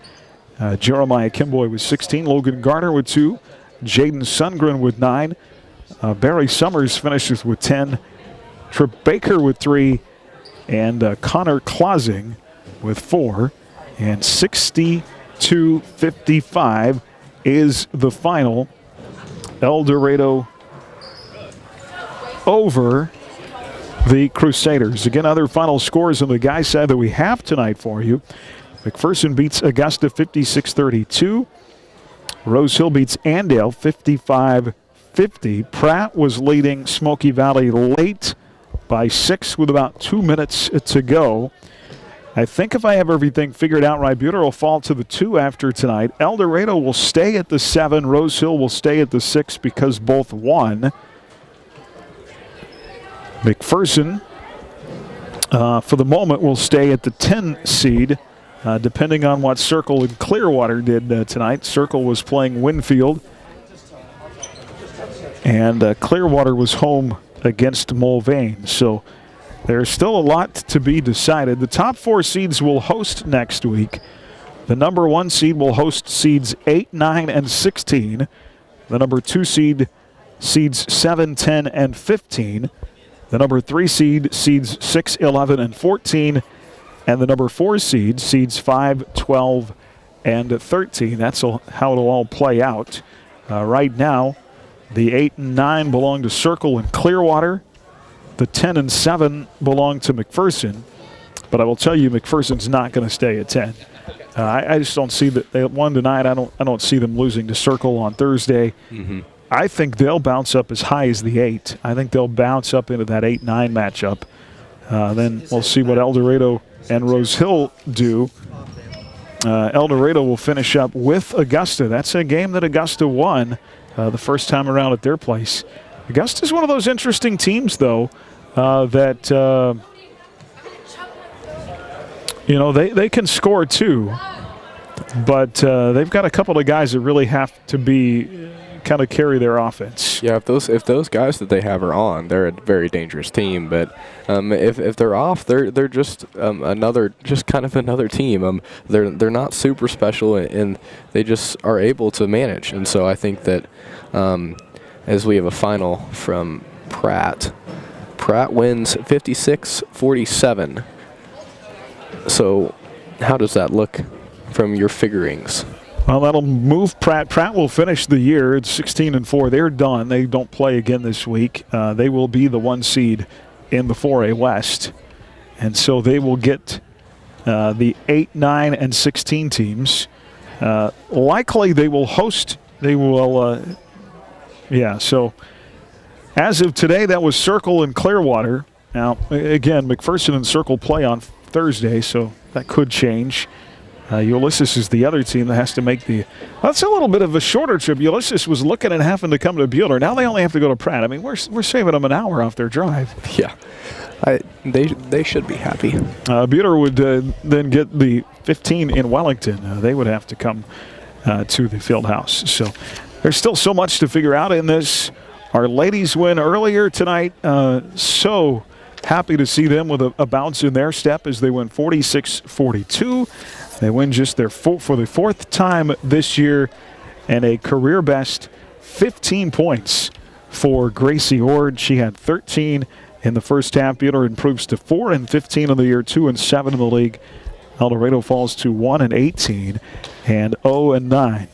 We'll get to our play and the player of the game before we wrap up the broadcast tonight. First, let's get some thoughts from head coach Ryan Swanson. Coach, valiant effort by your guys to stay there for 3 quarters, considered what you went through this week. Yeah. Just kind of felt like the sickness and the shorthandedness kind of hit you in the 4th quarter. Yeah, I mean, we only had Jack was the only starter that was at practice yesterday, and then your 6th, 7th guy with Ethan. They were sick. They were hurting. I don't think sick like fevers, contagious type stuff anymore, but just, how it is when you come back and then you're trying to play a basketball game, and it got to the point where, Grant, I was trying to get him in and out as much as possible. And he only knows 1 speed, and Diedrich couldn't even get a word out. And finally, I just shut him down because we had enough bigs. Jack, just put us on his back, even more than usual. Isaiah was playing through sickness and his back, and I tell you what, the guys are really disappointed. But I told him in the locker room, I said, man, 7 years, I don't know if I've ever been that proud. it sucked. I mean, it broke my heart because I'm looking at them and I see guys on the court hurting that I wish I could take out and just tell them they were done. Of course, they're begging me to play. And, and then I look on the bench and I got guys on the bench that are hurting and I'm thinking, Mike, and that's when, just it stinks because, I love these guys and then they're mad at, they were a little upset with me, Jack and Grant, which I would have been too if I was them, for pulling them out that last minute down 7. But I wasn't going to kill them anymore, especially with the game on Thursday that we have to win. We weren't going to catch, the chances of us beating them there, 1 in 100. And so we, we did what we did. And I'm just so proud of him. I'm just so proud of him. Yeah, obviously still a ton to play for with Thursday and the next week. Pratt did win tonight, so they will be the 1 seed. Yeah. You guys fall to the 2. I don't know that. I think. I mean, it's. I think no matter which one you are, you're going to get another tough team. I mean. Yeah, we guaranteed ourselves. I told the kids in the locker room, we made it to state 2 years ago as a 4, and it certainly helped to have that second game at home. But we're guaranteed 2 home games if we win the first, and that doesn't change anything. We still are league champs. This game was going to be, the way El Dorado's been playing and the quality of their guards, this game was going to be tough either way. But to come in like we did, shorthanded, and then the guys that were here were hurting and sick, most of them. But, man, it doesn't change that at all. And we can't have a hangover from this game lingering into Thursday. We'll get guys back healthy. We won't have Wade again, which obviously hurts us. But hopefully we get Ethan back and the other guys just are a little healthier. But, I can't say enough about Miles, Frederick, and Jeffrey Neal, and Wesley Miller. Man, they played their hearts out, and I was very proud of them. Matt Eddy, he was Matt, and I don't know how many points Jack ended up with, but had him at 32. Man, if he's not first team All-State, then something's wrong with. They shouldn't even have it. I mean, he put us on his back, and we have some dynamic, players: Jack, Isaiah, Grant, Wade when he's healthy. But man, Jack just is a man among boys, and a credit to him. And it's not just because he was born that way. He's played he plays a lot of basketball year round, but he kind of fell in love with the weight room, and he trains so hard, and he's reaping the benefits, and he's going to continue to do that. And I've never had at the high school level a player skilled like him at that size, and what a tough matchup for other teams, and the fact that we have other guys around him who, when healthy, are going to make shots and make plays. Obviously, we're a well-rounded team. But Jack just he tried to will us to win, and he almost did it. And so, yeah, I mean, we're going to be okay. We just need to get healthy and get hopefully Ethan back. Thursday sounded promising, even if it's just for a couple minutes at a stretch, and we'll be fine. We'll be fine. We still have 2 home games. This doesn't change anything. Nope, it's all still out there. So yeah. I mean, we'll take who we got, and we'll try to win a game. Try to win a game a week from Wednesday, and try to win another one on Saturday. And we're fortunate. Like I said, we're fortunate. If we win Wednesday, we're at home again, and we'll be ready. All right, sounds good, Coach. Thanks for your time tonight. We'll look forward to seeing you senior night on Thursday. Thank you. It's Coach Ryan Swanson as we wrap things up. Back right after this on HKFM and the Crusaders Sports Network. It's Network. More of the Shirt Shack post-game show coming up on HKFM. Stream tonight's game live on your smartphone or tablet with the Ad Astra radio app and on your smart speaker with TuneIn, powered by Next Tech Wireless. Just like Hutch has been synonymous with salt dating back to its discovery here in 1887, Cargill is synonymous with salt. Cargill Salt of Hutch. Proud to support the schools of Reno County. Collaborate, create, succeed. Cargill Salt of Hutchinson. Hey sports fans, all great teams include a great defensive strategy. That's what insurance is all about. Strategy to defend you, your family, and your possessions. This is Jordan Fee. I'm proud to help our clients plan their strategy of protection through the broad range of services we offer at Fee Insurance Group. Call to find out how we can protect your health, life, property, business, and even your retirement savings. Since 1883, we've been here to stand between you and risk. Visit feeinsurancegroup.com, your local trusted choice agent. Have a smile you want. Come and see us today. We have time for you. Open Friday and Saturday. Hi, I'm Dr. J. You can have the healthy, beautiful smile you deserve. Come see me today at Hutchinson Family Dental. Dr. J. Stuckey, Hutchinson Family Dental. We're here to keep you rolling. Rod's Tire and Service. This is Rod from Rod's Tire and Service in Hillsboro. First responders, we appreciate all that you do to keep us safe. Your one-stop complete source for tires is Rod's Tire and Service in Hillsboro. We're here to keep you rolling. Rod's Tire and Service. HKFM. Well, back here at Alumni Court in El Dorado to wrap things up. Thoughts from Coach, and obviously guys dejected, but my goodness, when you're missing two of your key guys, you've got two or three others out there that were sick this week and didn't practice. A valiant effort tonight as we wrap things up. Our play and the player of the game, our Wifco Steel Products player of the game, from storage tanks to steel walkways, stairways, and platforms. Wifco Steel Products, the expert in steel fabrication, online at wifcosp.com. And boy, I can't help myself but give it up to Miles Frederick tonight, who played some big minutes. He, Jeff Neal, Wes Miller, all three played big minutes tonight that they haven't gotten a lot this year. But Miles hit a big three with 4:27 to go in the third quarter. They made it 35-33. He finishes with a career-high 5. I'd circle him and Jeffrey as two guys.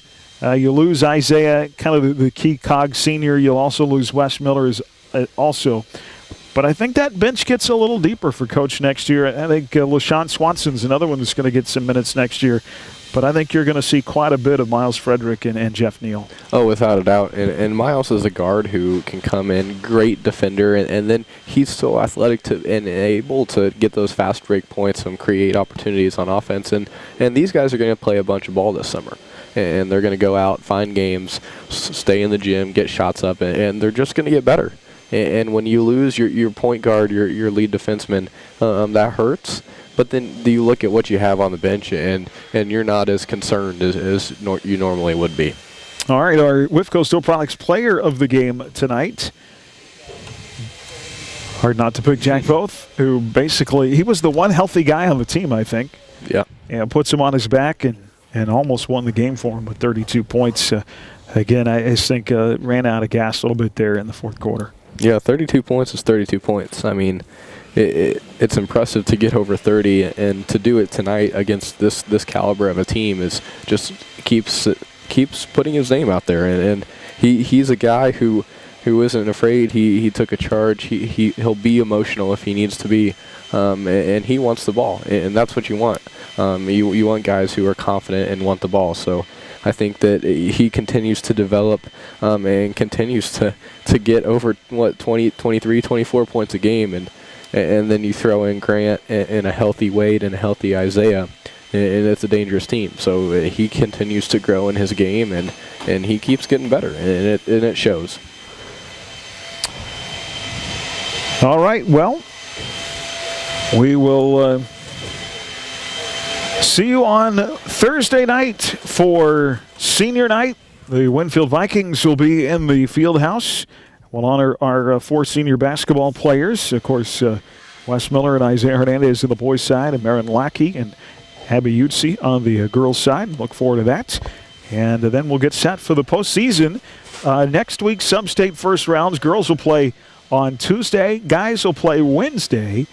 And then if they win, girls play again Friday. Guys on Saturday. Guys are guaranteed to host as long as they win next week. So we'll look forward to that. Thanks so much for tuning in, and enjoy the rest of your week, everyone. Crusaders split here in El Dorado tonight on this final Tuesday of the regular season. For Heath Schroeder back at studio, Carson Moeller, Aaron West, have a pleasant good evening. You've been listening to Crusader Basketball here on HKFM and the Crusader Sports Network. For more than 90 years, Hutchinson